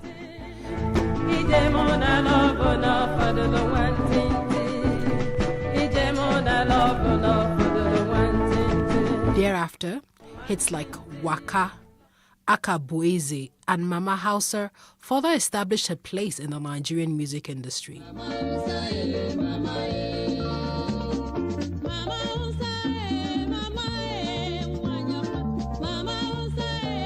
She traversed genres, including Igbo highlife, pop, and gospel music. She died on 12th of April 2005 in a hospital in Enugu State, Nigeria, after a reported cancer-related illness. She was aged 55. Salawa Abeni was born on May 5, 1961. She hails from Ekpe, division of Lagos State, southwest Nigeria. At the young age of 8, Salawa found her niche in Waka music. Waka music is an Islamic-oriented Yoruba musical genre. It was popularized by Alaja Batile Alake, in whose worthy steps Salawa Abeni dutifully followed. She was crowned Queen of Waka music by the Alafin of Oyo, Obalamidi Adeyemi, in 1992. Her debut album, titled Late General Murtala Ramat Mohammed, in 1976, was released on the Leader Records label. It became the first recording by a female Yoruba artist to sell over 1 million albums in Nigeria. Her music is a combination of talking drums, conga, saxophone, and keyboards, amongst other instruments.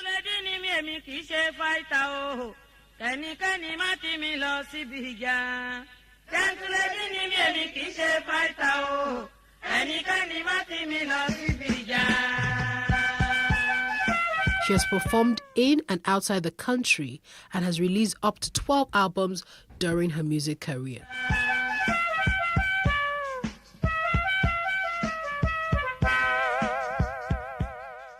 Christy Udwak Esienigbokwe was born on 11th of November 1960 in Okat-Ona, Akwa Ibom State. She was a celebrated Nigerian musician and actress. Christy was 12 years old when her mother died. Her mother's friend in Aba, Abia State, took her in. She encouraged Christy to develop her singing. She even bought her a second-hand cassette recorder to tape her songs. With time, Christy became known as Nigeria's Lady of Songs. Her greatest hits include Sheonrere, Tete Nla, Ife, Hear the Call, and Give Me a Chance. She was the first female president of the Performing Musicians Association of Nigeria, PMAN, and the chairwoman and managing director of Soul Train Entertainment. She was fluent in many Nigerian languages, including Igbo, Ibibio, Efik, Hausa, Yoruba, and English.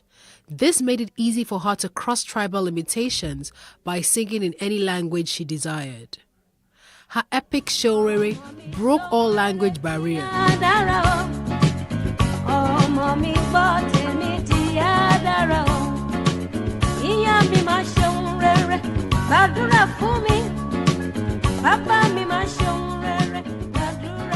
Whilst Akwa Ibom's meme is regarded as the unofficial anthem of Akwa Ibom State, such was her impact across the country that whatever language she used, her message evoked emotion and reflection.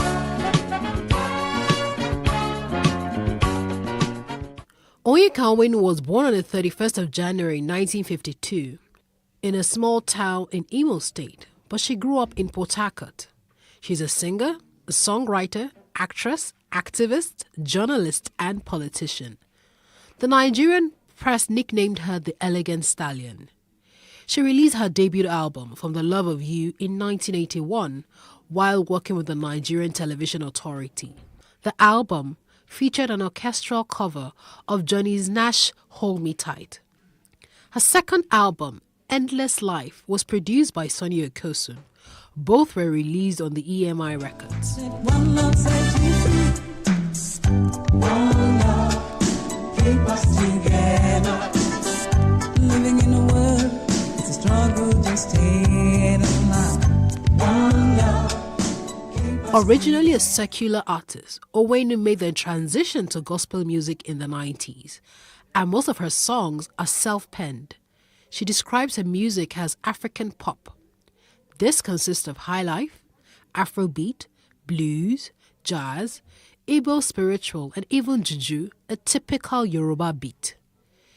She continues to write and sing about issues like health, HIV, peace, mutual coexistence, respect for human rights, the plight of children, as well as pride in oneself.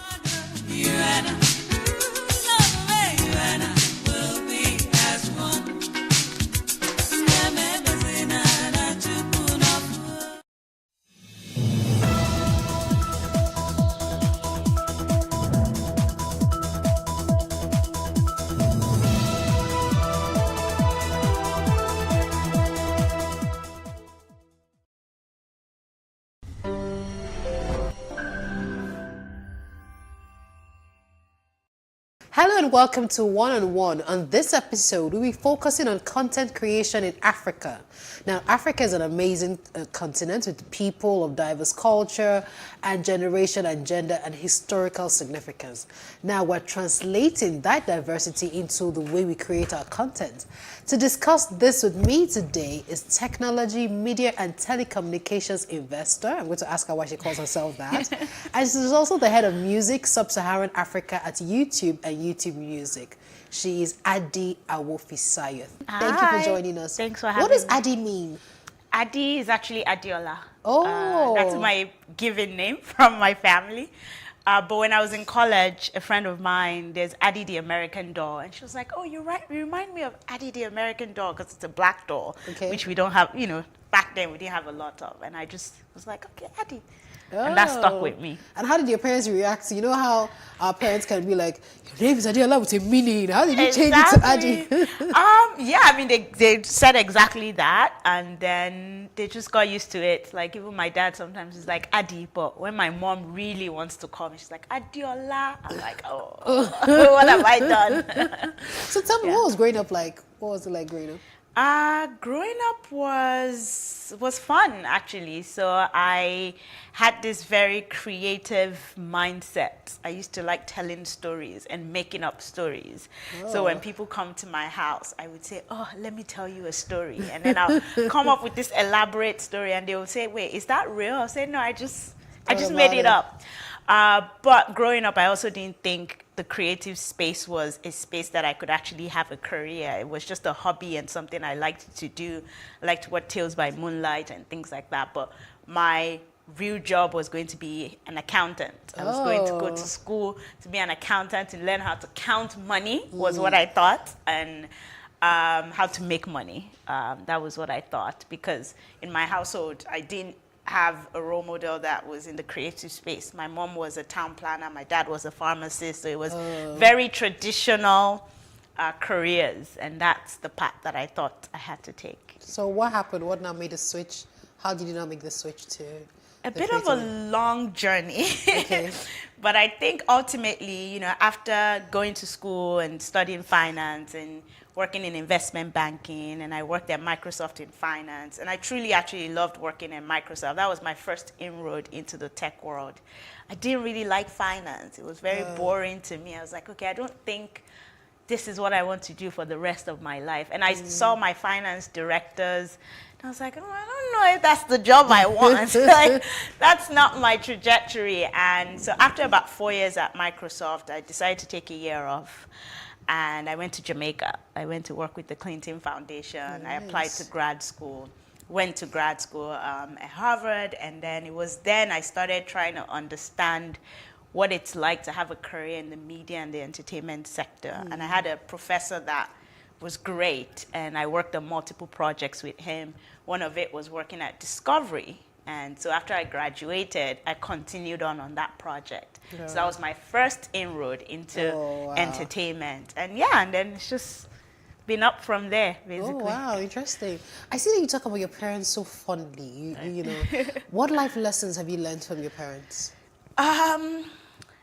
A lot. I mean, they've had such a strong impact on me and growing up. And my mom is such a strong female role model, like someone who, I don't know how she did it, but was thriving in the workplace, but knew how to take care of her family, making sure that, you know, before we went to school, there was food in the morning. When we come back, like there's dinner, and it's just, you know, even now, me growing up and being married, I'm like, how did she do it? But yeah, I think my parents kind of created this very supportive home, you know, where my dad was very supportive of my mom was very supportive of my dad, and that for me just showed me the type of life values that I want growing up. So I'm sure they're very proud of you. I hope so. So let's talk about, you know, being in the tech space, being a female media executive in the tech space. What was that like for you? Did you feel like I know it happens to, you know, everyone, but what was it like? Do you feel like an imposter, you know, settling into that role? You know, what has the experience been like when you first got in and now that you're finally like settled in? Yeah, I think, and maybe I'm lucky that I didn't really feel that. And I think it was because I've surrounded myself with amazing role models, both females and males. Like, I'm still in touch with my very first manager at Microsoft, Diane O'Brien, who was such a strong female figure, you know, in my career starting up, and made me realize that I could do anything that I wanted to do, and also would challenge me. Like when I thought I was thriving and I was a superstar, she would say, "Great, but what if you did this differently?" And so for me, I think surrounding myself with role models that empowered me, that supported me, that challenged me, really didn't make me feel like, oh, I'm not wanted or I'm not in the right space. So I think that for me was a big factor. Okay, so we'll just take a quick break on that note, and then we'll continue the rest of the interview. We'll just take a short break. Addie is still going to be here with us. And next up, we're going to be talking about content creation, you know, and the rest of Africa. Please stay with us.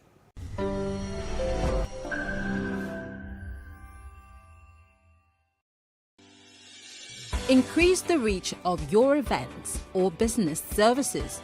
To advertise on Plus TV Africa, please call 0906 000 5719 or 0909 040 8408, or send an email to marketing@plustvafrica.com.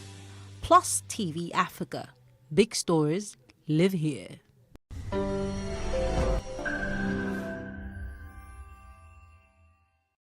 Thank you for staying with us on One-on-One. I still have Addie with me, and we're talking about imposter syndrome and how she settled into her current role. So Addie, you were telling me that you're still in touch with your first manager. So how did you keep that relationship? Yeah, so LinkedIn helped. After I left, just still stayed connected on LinkedIn and sending, you know, once you see an update, you send a congratulatory message or hello. And then I do this thing where once you tell me your birthday, I save it in my phone. So at least if I don't speak to you in the entire year on your birthday, you would get at least a message from me, because who doesn't like getting a happy birthday greeting? So that's something I've tried to that's the habit that I've tried to do to maintain keeping in touch with people. Okay, cool. So tell us about your current role now. your current role? Yeah, so my current role, I head up music for Sub-Saharan Africa, and I basically explain my job as the African music champion on YouTube and YouTube Music. So what that means is I help define our strategy in terms of how we are supporting African music and African artists and labels. I help also execute that strategy. So thinking about how are we bringing Africa to the world using YouTube as a platform? What are some of the initiatives that we want to put in place to make sure that people can get to experience African artists? And we have certain pillars. You know, we want to make sure that artists and labels are making money on our platform. We want to make sure that they're getting discovered by fans. And then we also want to make sure that they're using our product to really connect with their fans. So my role is making sure that that is implemented well in Africa. Interesting. You also describe yourself as a TMT investor. Tell me more about that. So I have a finance background. And so making money and investing has always been of interest to me. And so once I started having a little bit of change, I decided to start investing. And I started looking at tech companies, and I started looking at fintech companies and also media and entertainment companies. So I remember telling myself that, oh, I don't want to miss out on the next pay stock, on the next flutter wave. I want to make sure I'm in there early. So I joined the fund, and through that fund, we basically invest in new and upcoming businesses in the technology, media, and telecom space. Oh wow, that's really nice. So what are the recent recent developments or recent what's the word I'm looking for now? Startups that you've recently invested in that are locally made in Nigeria. Yes, and the thing is, the Nigeria tech startup Space, ecosystem is booming, right? There's a lot of startups just coming up and a lot of innovations coming up. I can't name specific ones. But I think, again, looking at the fintech space, that's a space that is booming. You have Flutterwave, Cheaper Cash, Kuda Bank, there's always one or the other that's coming up. And then even in the media space, there are a lot of people who are thinking about content discovery and content consumption. There are a lot of companies that are thinking about the creative economy, because really, that's where the next gen people, you ask your nephew who's 6-year-old, what do you want to be? He's saying, oh, I want to be a YouTuber. I want to be a gamer. You don't hear, I want to be a doctor anymore. No. So that creative economy space is definitely booming and very exciting for investors. Interesting. Yeah. Okay, so as a female executive, in tech, what advice do you have for other females who want to, go in the same career path? I would say surrounding yourself with mentors and people who you can learn from. That for me has been a great, a great opportunity. Just making sure that I'm surrounded by females or even males that I look up to and I can learn from. But also not being afraid to put myself out there. There's some, even this role, I don't have a music background. I've never worked in the music industry. And a lot of people who are in similar roles at other companies or even within YouTube have done, years of experience either working with a music label, working as a manager. I don't have any of that. So when this opportunity came up and I was asked to take it, I was kind of like, am I really qualified for it? But I'm like, you know what? Just believe. One, a lot of people learn on the job. True. Fake it till you make it, like they say, and like Rihanna said, so it's believing in yourself, challenging yourself, taking those opportunities even when you're not completely sure, and just making sure that you're going to learn and you're going to do your best. Okay. Now, talking about music, which current artists are you listening to? Do you have any favorite artist that you... You know what? It's so hard now being in this role and then saying I have a favorite artist. It's so funny because in December, I was going for all these concerts and everything. And then I put it up on my stories concerts in Nigeria, why are they so bougie? People are, sitting on tables and they're not having fun. I'm like, I want to have fun.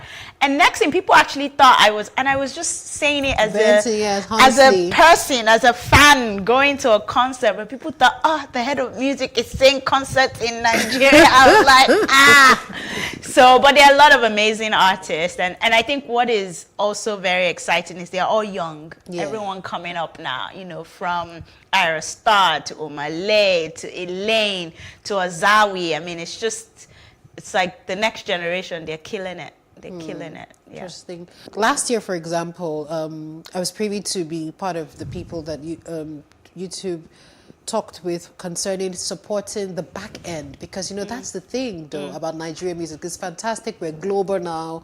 But the back end, training the talent manager, you know. So tell us more about that, because I think that many people don't see, everybody just wants to blow. Yeah. But we don't see, you know, how music management is important, your label and all of that. Tell us more about how YouTube is supporting African artists with this. Yeah, and I think what we've realized is that for an artist to be successful, they need a strong team of people around them. Like you said, a lot of people just see the artist, but they don't see all the work that goes on behind them. And I also, you know, just someone that works with a lot of artists, I see the difference, you know, when I'm interacting with an artist and their team, between an artist that's really grounded by a strong team and an artist where, you know, it's your friend that's managing you and both of you are figuring it out and, you know, things like that. So there's a strong differentiation between an artist that really has a strong team. And so for us, we were like, okay, we do want to support artists. And so in order to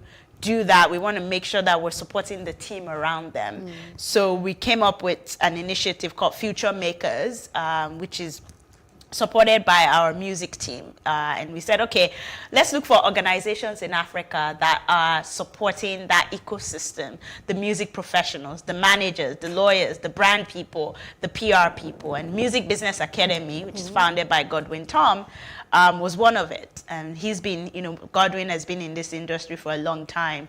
He's seen, you know, the challenges, he's seen the opportunities, and he started this from his own pocket. And so we decided to support him so that he can expand and do more, which is very exciting. Yeah, nice. Okay, we're going to take another break. But before I take that break, let's talk about how Afrobeat is taking lead in the global space. Right. It's like it's everywhere. And, you know, even recently over the Christmas holiday, there was a song that trended that everybody used, You Want to Bam Bam. Oh, God. That every trended like all over. And then, you know, it was when we now started seeing international superstars like Mariah Carey use even Shaquille O'Neal. Yes, and everybody was like, oh my goodness. So tell us, you know, because you handle this right now. So tell us, you know, tell us about this. I think what has been so interesting is now music has no barrier, right? Music can travel anywhere without a plane. And so that's really exciting. I used to say that back in the days, if you have a friend or a cousin in London and they wanted to hear the music from Nigeria, you probably needed someone to take a CD to travel and take it to them. But now they can go on YouTube, they can go on any digital platform and discover and experience an artist. And that has really helped, you know, our music, our Afrobeats, our African music travel and reach places that even the artist is like, I've never been there. You know, I've never been to India, but yes, they're playing my song in, you know, an Indian radio, an Indian club. So I think technology has played such a huge role in really propelling, and I don't even think we're there yet. Like, see what's happening with K-pop. Yes. Like, there's still so much growth for us, and even when the internet becomes, you know, like my friend would say, pure water, where anyone can really afford it, we're gonna have more and more people on the internet, more and more people consuming music, and that is going to continue to just grow, you know, our music fan base. And I'm just excited I'm in this space right now. Wow. Yeah. So I'm so glad that I'm able to experience this in my time. Yeah. Okay, we'll just take a quick break. When we come back from the break, we'll continue this conversation. Stay with us.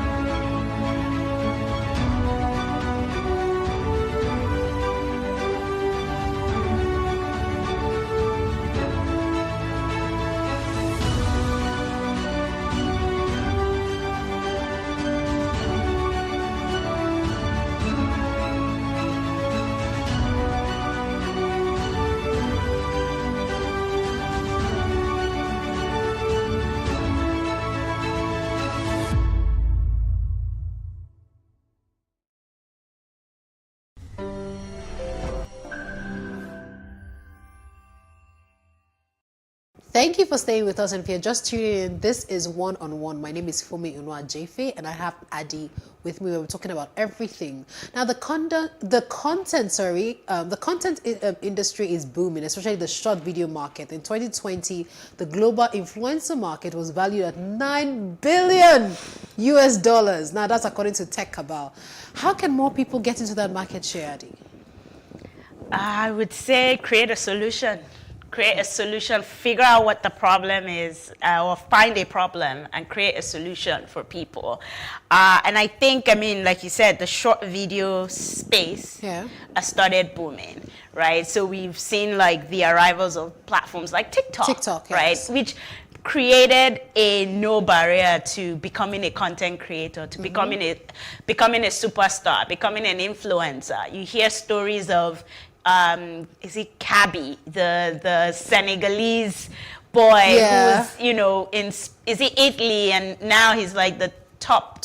He's one of the wealthiest now. Yeah, like the top, you know, third most followed on, you know, and so it's just amazing to see. And so for us at YouTube, we created a feature called Shorts, because we realized that long form, while long form is there and it's not going anywhere, people want to consume content quickly, faster, in a very short time frame, but people also want to create just shorts videos. So we create a feature of Shorts where you can basically become a creator on your phone, on your mobile phone. And and I remember a lot of creators, when I speak to them about, you know, why they're not on YouTube or why they don't feel like they're consistent on YouTube, they feel like, in order to be a YouTuber, I need a big camera, I need a space, I need a studio space. And now with Shorts, from the comfort of your home, with your mobile phone, you can become a creator. And it's just really exciting. All right, so thank you for talking about Shorts, because that goes to my next question. You know, in 2021, TikTok was the most visited, even beating Google, for example. And then you guys have created this Shorts. So what has the reception been like in the time that you have created? Because, you know, it's always hard to move. So for example, Facebook created Reels to try and also go with TikTok, but many people still go on TikTok, create their content, and now bring it on Instagram and post it. So what has the reception been like for YouTube Shorts? Has it, you know, grown compared to, or when you created it, has it met the target that you set out to create it for? I think what we've basically done is create another way for creators to create content and create another way for users to consume content. So we're seeing a lot of OG YouTubers who create their long form videos still create shorts, right? Still create shorts as a way to reach a new audience that may not want to watch a 10-minute video, especially in a market where data is still, you know, a barrier. And for those who are not on YouTube, Shorts is sort of their inroad to YouTube, right? They're building an audience. Wayne Magician, he's a creator in South Africa. He's one of the, you know, biggest creators in short form, and he always had a YouTube channel, but didn't know, because his content is very short, so didn't know how to, you know, make it longer for it to fit the long form format on YouTube. And then when Shorts came, he started creating Shorts, and he saw his channel grow like, well, almost 60% in a couple of months. And so we're seeing Shorts bring a lot of new types of creators to the platform. Okay, cool. I wanted to also find out from you about the creative community. You know, this is totally different from the music community. What is YouTube doing for the creative community in Africa? Yeah, so I mean, I think for us, creators are the what do you call it? The bread of YouTube, right? They're the ones that a lot of fans come to YouTube to come and find out what their, you know, favorite creator is doing. And since, you know, my previous role actually, which was looking after creators in sub-Saharan Africa, we did things like Next Up, where we basically took 20 creators across South Africa and Nigeria, put them in a boot camp, and gave them a lot of resources in terms of information, you know, just training them on how they can grow their channel, how they can build an audience, how they can become a brand. Because a lot of creators start on creating as a hobby, and then they build this massive audience. Brands are reaching out to them saying, oh, how much is your rate card? And some people are like, rate card? Exactly. What are you talking about? So we really help them figure out how they can build a business, because a lot of creators become business owners just by starting a YouTube channel. Zilicious Food, she's gone on to create merch. She's gone on to create, you know, her own cooking show. Like, she's gone on to have businesses just from starting, you know, a cooking channel from her home. Interesting. That's the power of media. So, okay, now let's talk about the streaming platforms. You know, the global streaming now has become a fantastic thing, especially for music producers and music artists, because they're able to earn money. If you remember, sometime, was it 2021 or 2020, there was an issue that happened on Apple Music where someone had taken Wizkid's album and totally just made money off it. He called himself the Wise Kid, and then he made money. I don't know if you're aware of that story, because I wanted to. Okay, so let me. Let me just try and summarize it. So there was this guy that took Wizkid's album. Bottom line, he was able to earn money off Wizkid's album alongside with this. I think he made about 30 million naira. Oh wow! So I wanted to find out, on YouTube, how do you ensure that this doesn't happen, where somebody, because you know, like every time when you open the YouTube page, you see official video, unofficial video, and all of those things. How? Because YouTube pays for this stream. So how do you ensure that the artist, the original creator of the content, earns money than somebody else just earning off? Right. So we have a strong copyright. We have a strong sort of copyright policy, and we have a tool called Content ID. Basically, what Content ID does is it scans to make sure that if you've uploaded content of someone else, that person can either take it down, they can either earn, you know, they can decide, okay, I'm just gonna, the money that you're earning on your video will transfer to me, or they can just leave it alone, right? You know, so for example, using Wizkid's label would have Content ID. And so if anyone else, if fans are creating, you know, their own versions of Essence and they are putting it up, the label has the decision for using Content ID to either take down those videos, or they will decide to just take the revenue from those videos, or they will decide to leave the videos on, and that allows, you know, because there's some people that want their fans to recreate videos, you know, we're just talking about, you want to bamba, there's all these recreations, all these challenges. So they leave it because they want, that helps also with the ecosystem. But our Content ID system makes sure that if you're unauthorized, you will not be able to earn from someone else's work. Okay, fantastic. So recently I know that YouTube reviewed the payment for streaming, and yes. So what's the payment plan? Because someone argued with me and saying, oh, what we get paid here in Nigeria is different from what content creators get paid in the US and everything. And I was like, no, I don't think so. I just think that they just put the rates. How much do you get paid per stream? And is there like a flat rate across board? So if I post from the US or I post from Nigeria, is it like the same rate?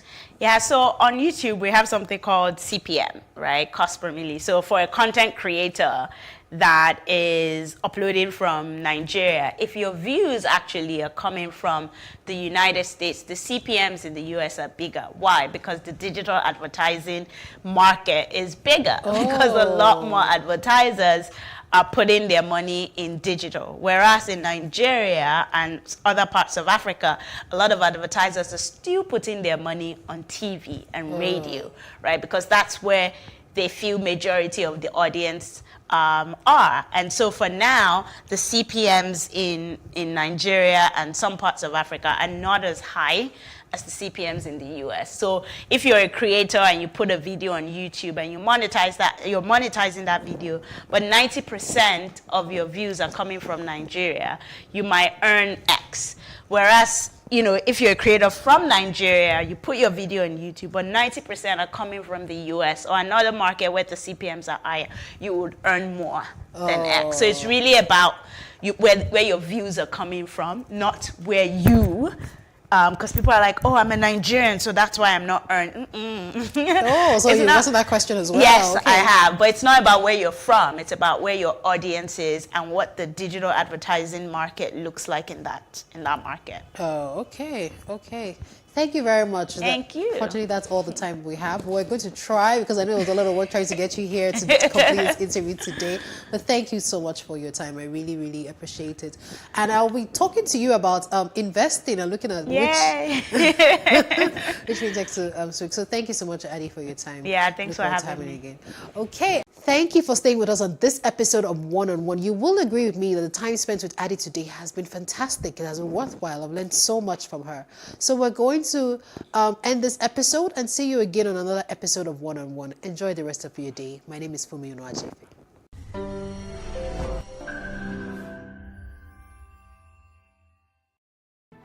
There is no voting on social media. To vote, you would require a permanent voter's card. To get your PVC, visit cvr.inecnigeria.org. Create your account with a valid email address and start the registration process. An activation link will be sent to you. Click on the link and activate your account. Fill out the form, pick and submit a convenient date and time for your biometrics. Print the application slip, which should have your QR code. On the appointed date, go to the nearest INEC office for your biometric capturing. Thereafter, you will get a registration slip to pick your permanent voter's card when ready. Get your PVC today. This message is from PlusTvAfrica.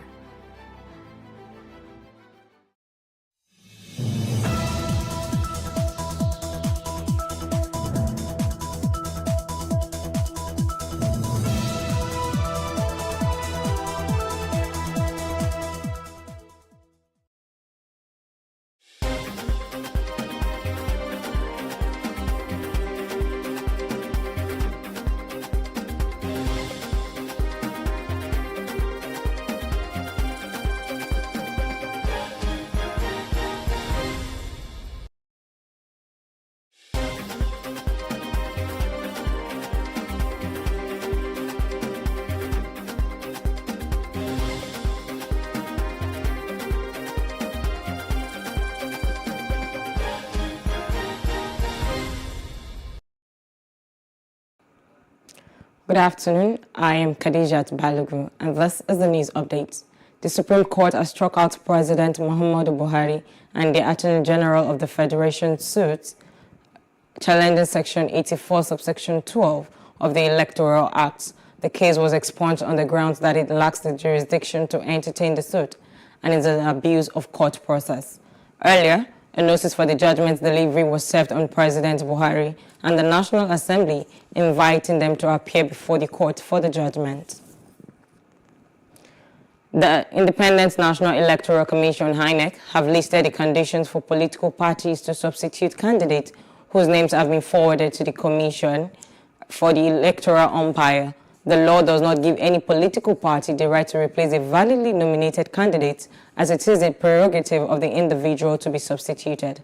This comes amid reports that some political parties, including the All Progressives Congress and the Labour Party, nominated their vice presidential candidate as placeholders, pending the conclusion of talks for a substantive candidate to be picked. While the former forwarded the name of Ibrahim Kabir Masari as its vice presidential candidate, the latter had nominated Doyin Okokwe for the same position. Reacting to the development, INEC National Commissioner Festus Okoye said the electoral body would take a decision in accordance with the Electoral Act. The People's Democratic Party in Osun State has accused the ruling All Progressives Congress of planning to cause unrest to rig the July 16 gubernatorial election in the state. The main opposition party in the state vowed to resist any form of antics of the ruling party to manipulate the election. The chairman of the Caretaker Committee, Osun PDP, Dr. Akindele Adekunle, while briefing journalists at the party secretariat in Osogbo, urged the heads of security agencies and other relevant international communities to ensure a strict compliance with the electoral law before, during, and after the election in the state. Credible polls and democratic government, we urge President Muhammadu Buhari, Inspector General of Police, Director of DSS, Nigerian Army, and other law enforcement agencies, and by extension, international community, to warn the ruling APC now before it is too late. This is because the PDP and the entire masses of Osun State will resist the ruling party in its entirety, so that the strong political will of the people will be established and maintained. The Independent Corrupt Practices and Other Related Offences Commission has raided the Abuja home of a military contractor and seized over 175 million naira, $222,965, a G-Wagon, 2002 editions of BMW and Mercedes-Benz cars. Operatives also recovered customers' mobile phones, several designer wristwatches, including 3 Rolexes, and some property documents. ICPC arrested the managing director of K-Salam Construction Company Nigeria Limited, Kabir Salau, said to be the owner of the property. The anti-graft agency, in a statement by ICPC spokesperson Azuka Ogaga, had denied that the home belonged to a former chief of army staff, Tokor Bodartai. The Center for Anti-Corruption and Open Leadership, CACOL, has reacted to the raid and search of an Abuja property belonging to a military contractor by the Independent Corrupt Practices and Other Related Offences Commission, ICPC, for alleged money laundering. Operatives arrested the managing director of the K-Salam Construction Company Nigeria Limited, Kabir Salau.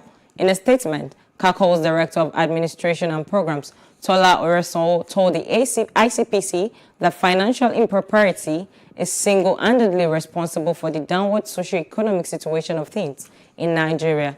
Noting that the Commission has confirmed that an investigation is still ongoing, it said citizens deserve to know the truth. The ICPC raided and uncovered more than 175 million naira amongst other items. As part of efforts to position the Nigerian Army in order to combat crime and protect the territorial boundaries, the Chief of Army Staff, Lieutenant General Farouk Yahya, has commissioned multiple projects for soldiers in different army barracks in Edo State. Addressing the men before commissioning the project, Lieutenant General Yahya stated that the new projects are part of his vision geared towards ensuring improvement of the living standards for the soldiers and their families. On his part, the Governor of Edo State, Godwin Obaseki, commended the Chief of Army Staff for his focus on finding a balance between work and family life for the officers. Open Research and Development Seminar and we commission project. Today again, in 4 Brigade, we have commissioned, like you have seen, some accommodation for officers, some places for soldiers, and we have also commissioned regimental sergeant majors accommodation or official residence.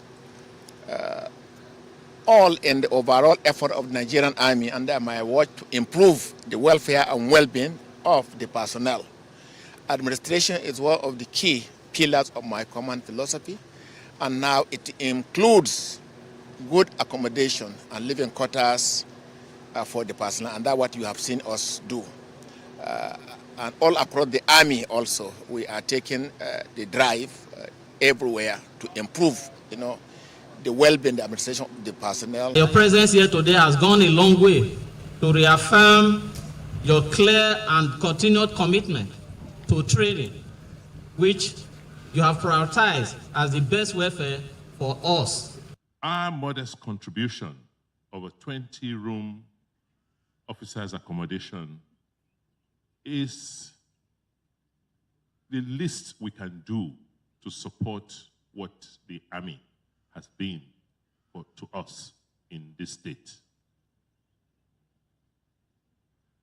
The chief was here, like I said, August 24th last year.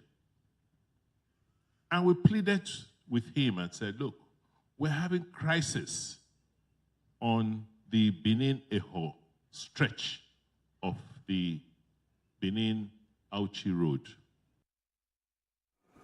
As herdsmen attacks resumed in communities in Benue State, Governor Samuel Ortom has challenged those who believe his administration erred in enacting the open grazing prohibition and ranches establishment law to speak against it publicly in the state and see the reaction of the people. Governor Ortom threw the challenge in Makurdi after receiving the award of Best Governor in Nigeria in the area of security by the Daily Independent newspaper and other awards. According to the governor, the law, which was enacted as a solution to the perennial clashes between herdsmen and farmers, has the backing of traditional and religious leaders and other stakeholders who have all remained resolute that the law should not be repealed. They are really used because each time I interface with them and try to probe their minds to see if I'm going the right direction or doing the right thing, they tell me they are not discovered. That whatever the Fulanis want to do by killing them and occupying their lands, if the federal government wants, they should continue to support them to continue to kill us, and we will never surrender our land to Fulanis. And the amazing thing that even the small children, the children, both boys and girls, they have told me that our governor right up, we support you with our prayers. And so I'm not intimidated by anyone, I remain committed, and nothing will shake me. And any dreamer who thinks that he will come in and be prohibition of open grazing and provision for ranching law is just dreaming in the day. He also advised the people to take an advantage of the ongoing voter registration exercise by the Independent National Electoral Commission, INEC, to regularize their permanent voters' cards to be able to elect leaders who would represent their interests in next year's general election. Get ready with their PVC. When that time comes for election, we will also tell them, because getting PVCs and not participating in the election will not help. We will tell you the right thing to do, because we must rescue this country by all means, and it will require all of us to work together to ensure that we rescue the country. This country belongs to all of us, and our constitution must be respected and obeyed. On that we stand. We are law-abiding people, but our being law-abiding should not be taken for granted. This country must be rescued by all of us. Those of you who are keeping quiet, it will soon knock on your door. Other awards that were presented to the governor during the meeting in recognition of his contributions to the development of the country were from the International Council for Women Affairs, Nigerian Bar Association, NBA Benue State Branch, and Global Polytechnic. The University of Lincoln, United Kingdom, has banned Senator Ike Ekweremadu, who made it recently appointed a visiting professor of corporate and international linkages following Thursday's arrest and subsequent arraignment of Ekweremadu and his wife Beatrice in London for alleged conspiracy to harvest the kidney of 15-year-old Ukpo Nwanini David. The London Mail quoted the university spokesperson as saying that Ekweremadu's duties at the institution have been suspended for the time being.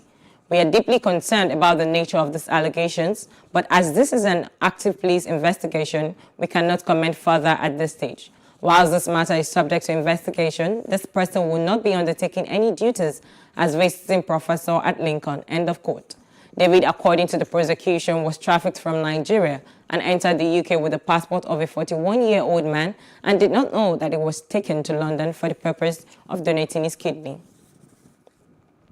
And to other parts of Africa, the fight against terrorist insurgents continues in Mali, with more than 60 alleged terrorists killed and 8 arrested in the country's troubled region. This is according to the National Armed Forces. The military announcement came on the same day as the prime suspects of the latest mass killings reportedly rejected any responsibility in the attack. The Malian government blamed the Masina Katiba for the massacre of civilians in Dialasago and 2 nearby towns in the central part of the country. The Al-Qaeda-affiliated terror group was created in 2015 and has repeatedly occupied towns in the central region of Mopti despite pressure. And outside Africa, European Union Foreign Policy Chief Joseph Borrell met Iran's top diplomat on Saturday as the bloc seeks to break an impasse between Tehran and Washington over reinstating a nuclear pact. But the talks have since been bogged down, chiefly over Tehran's insistence that Washington remove the Islamic Revolutionary Guard Corps, its elite security force, from the U.S. Foreign Terrorist Organization list. The United States said earlier in June it was awaiting a constructive response from Iran on reviving the 2015 deal, under which Iran restricted its nuclear program in return for relief from economic sanctions without extraneous issues. Meanwhile, Iran's Foreign Minister Hossein Amir-Abdollahian last week called on Washington, which exited the deal and then imposed crippling sanctions on Tehran during the Trump administration in 2018, to be realistic. And that's the news updates. For more stories, please follow us on our Facebook, Twitter, and Instagram. And do subscribe to our YouTube channel at PlusTvAfrica and PlusTvAfrica Lifestyle. I am Khadijat Balogun. Many thanks for watching.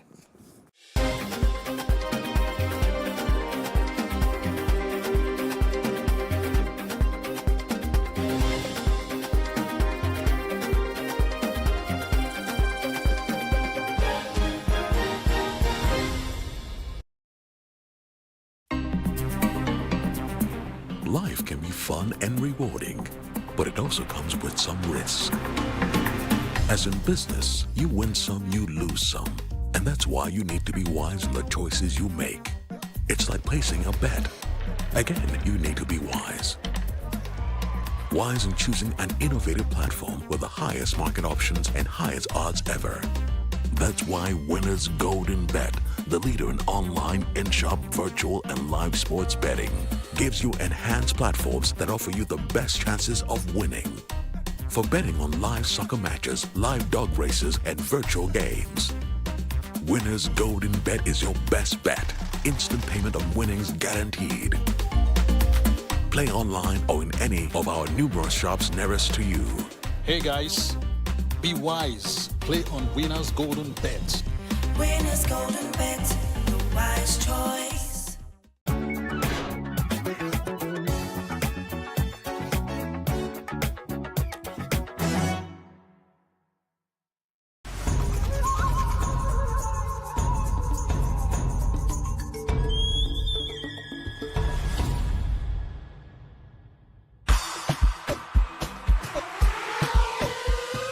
It's been an unusual year for us all. We've been forced to learn to adapt to the changes that COVID-19 has brought upon us. However the cards may have been dealt to us this year, we have remained resilient. The Afrima Fashion Show stems from the Afrima Award Show, which is the biggest African award show in the diaspora. Every year, we have showcased designers and we bring together people from all over the world. This year, the Afrima Runway is graced by the top 3 African designers who have welcomed the challenge of doing a virtual runway show without any physical audience. Don Murphy, Ese Ezanabo, and lastly, Sai Sanko. Let the show begin.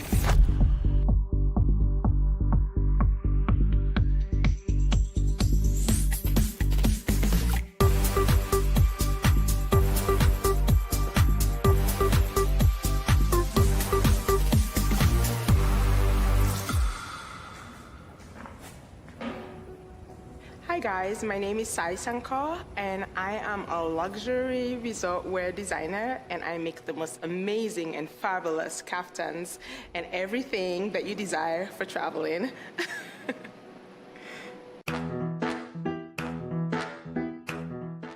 I just really love the way women carried themselves back then, you know, the Marilyn Monroes, you know. It was sexy, but there was still glamour to it, you know, and elegance and sophistication. And I feel that's what my designs are about, you know.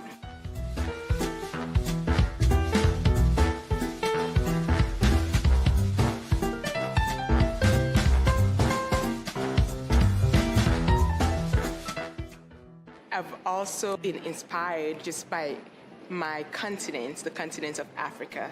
Growing up in Sierra Leone, it's just this beautiful, bustling colors, you know, it's so vibrant, the marketplaces, you know, Christmas, it's just everything about it is just so energetic and it's so powerful and colorful, and it just makes me really happy. And so no matter what collection I do, it always goes back to that. And so that's why you see all these colorful prints and all these bold colors, you know. I feel women wearing it, it just makes them so extremely happy, you know, and they look absolutely gorgeous in it too.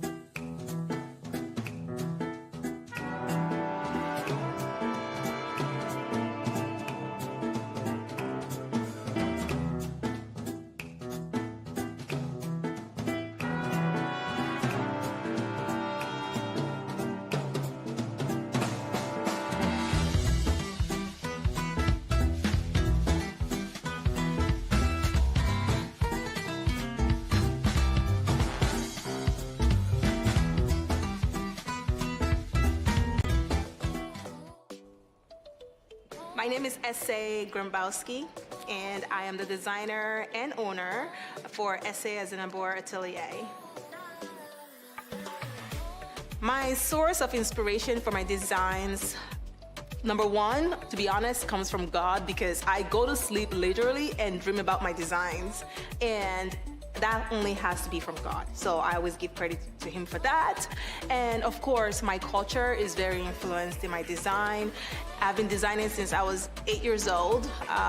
Even before that, my mom would tell me wild stories of me taking her fabrics and cutting them into pieces and making a dress or a skirt or pants out of her expensive African materials that she had in our home back in Nigeria when I was growing up. And I draw a lot of inspirations from where I've been, and I just try to tie them into modern design mixed with vintage designs, mixed with traditional looks, and just tie it all together in a bowl to create a true S.A. Azinabor couture piece.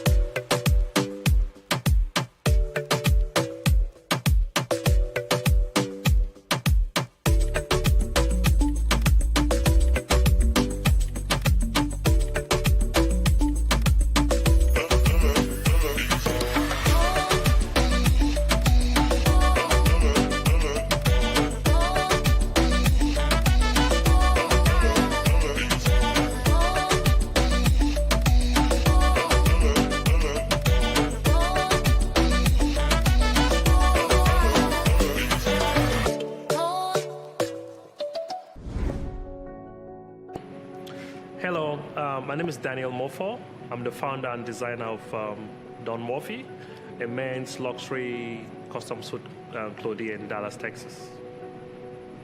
Fashion is color.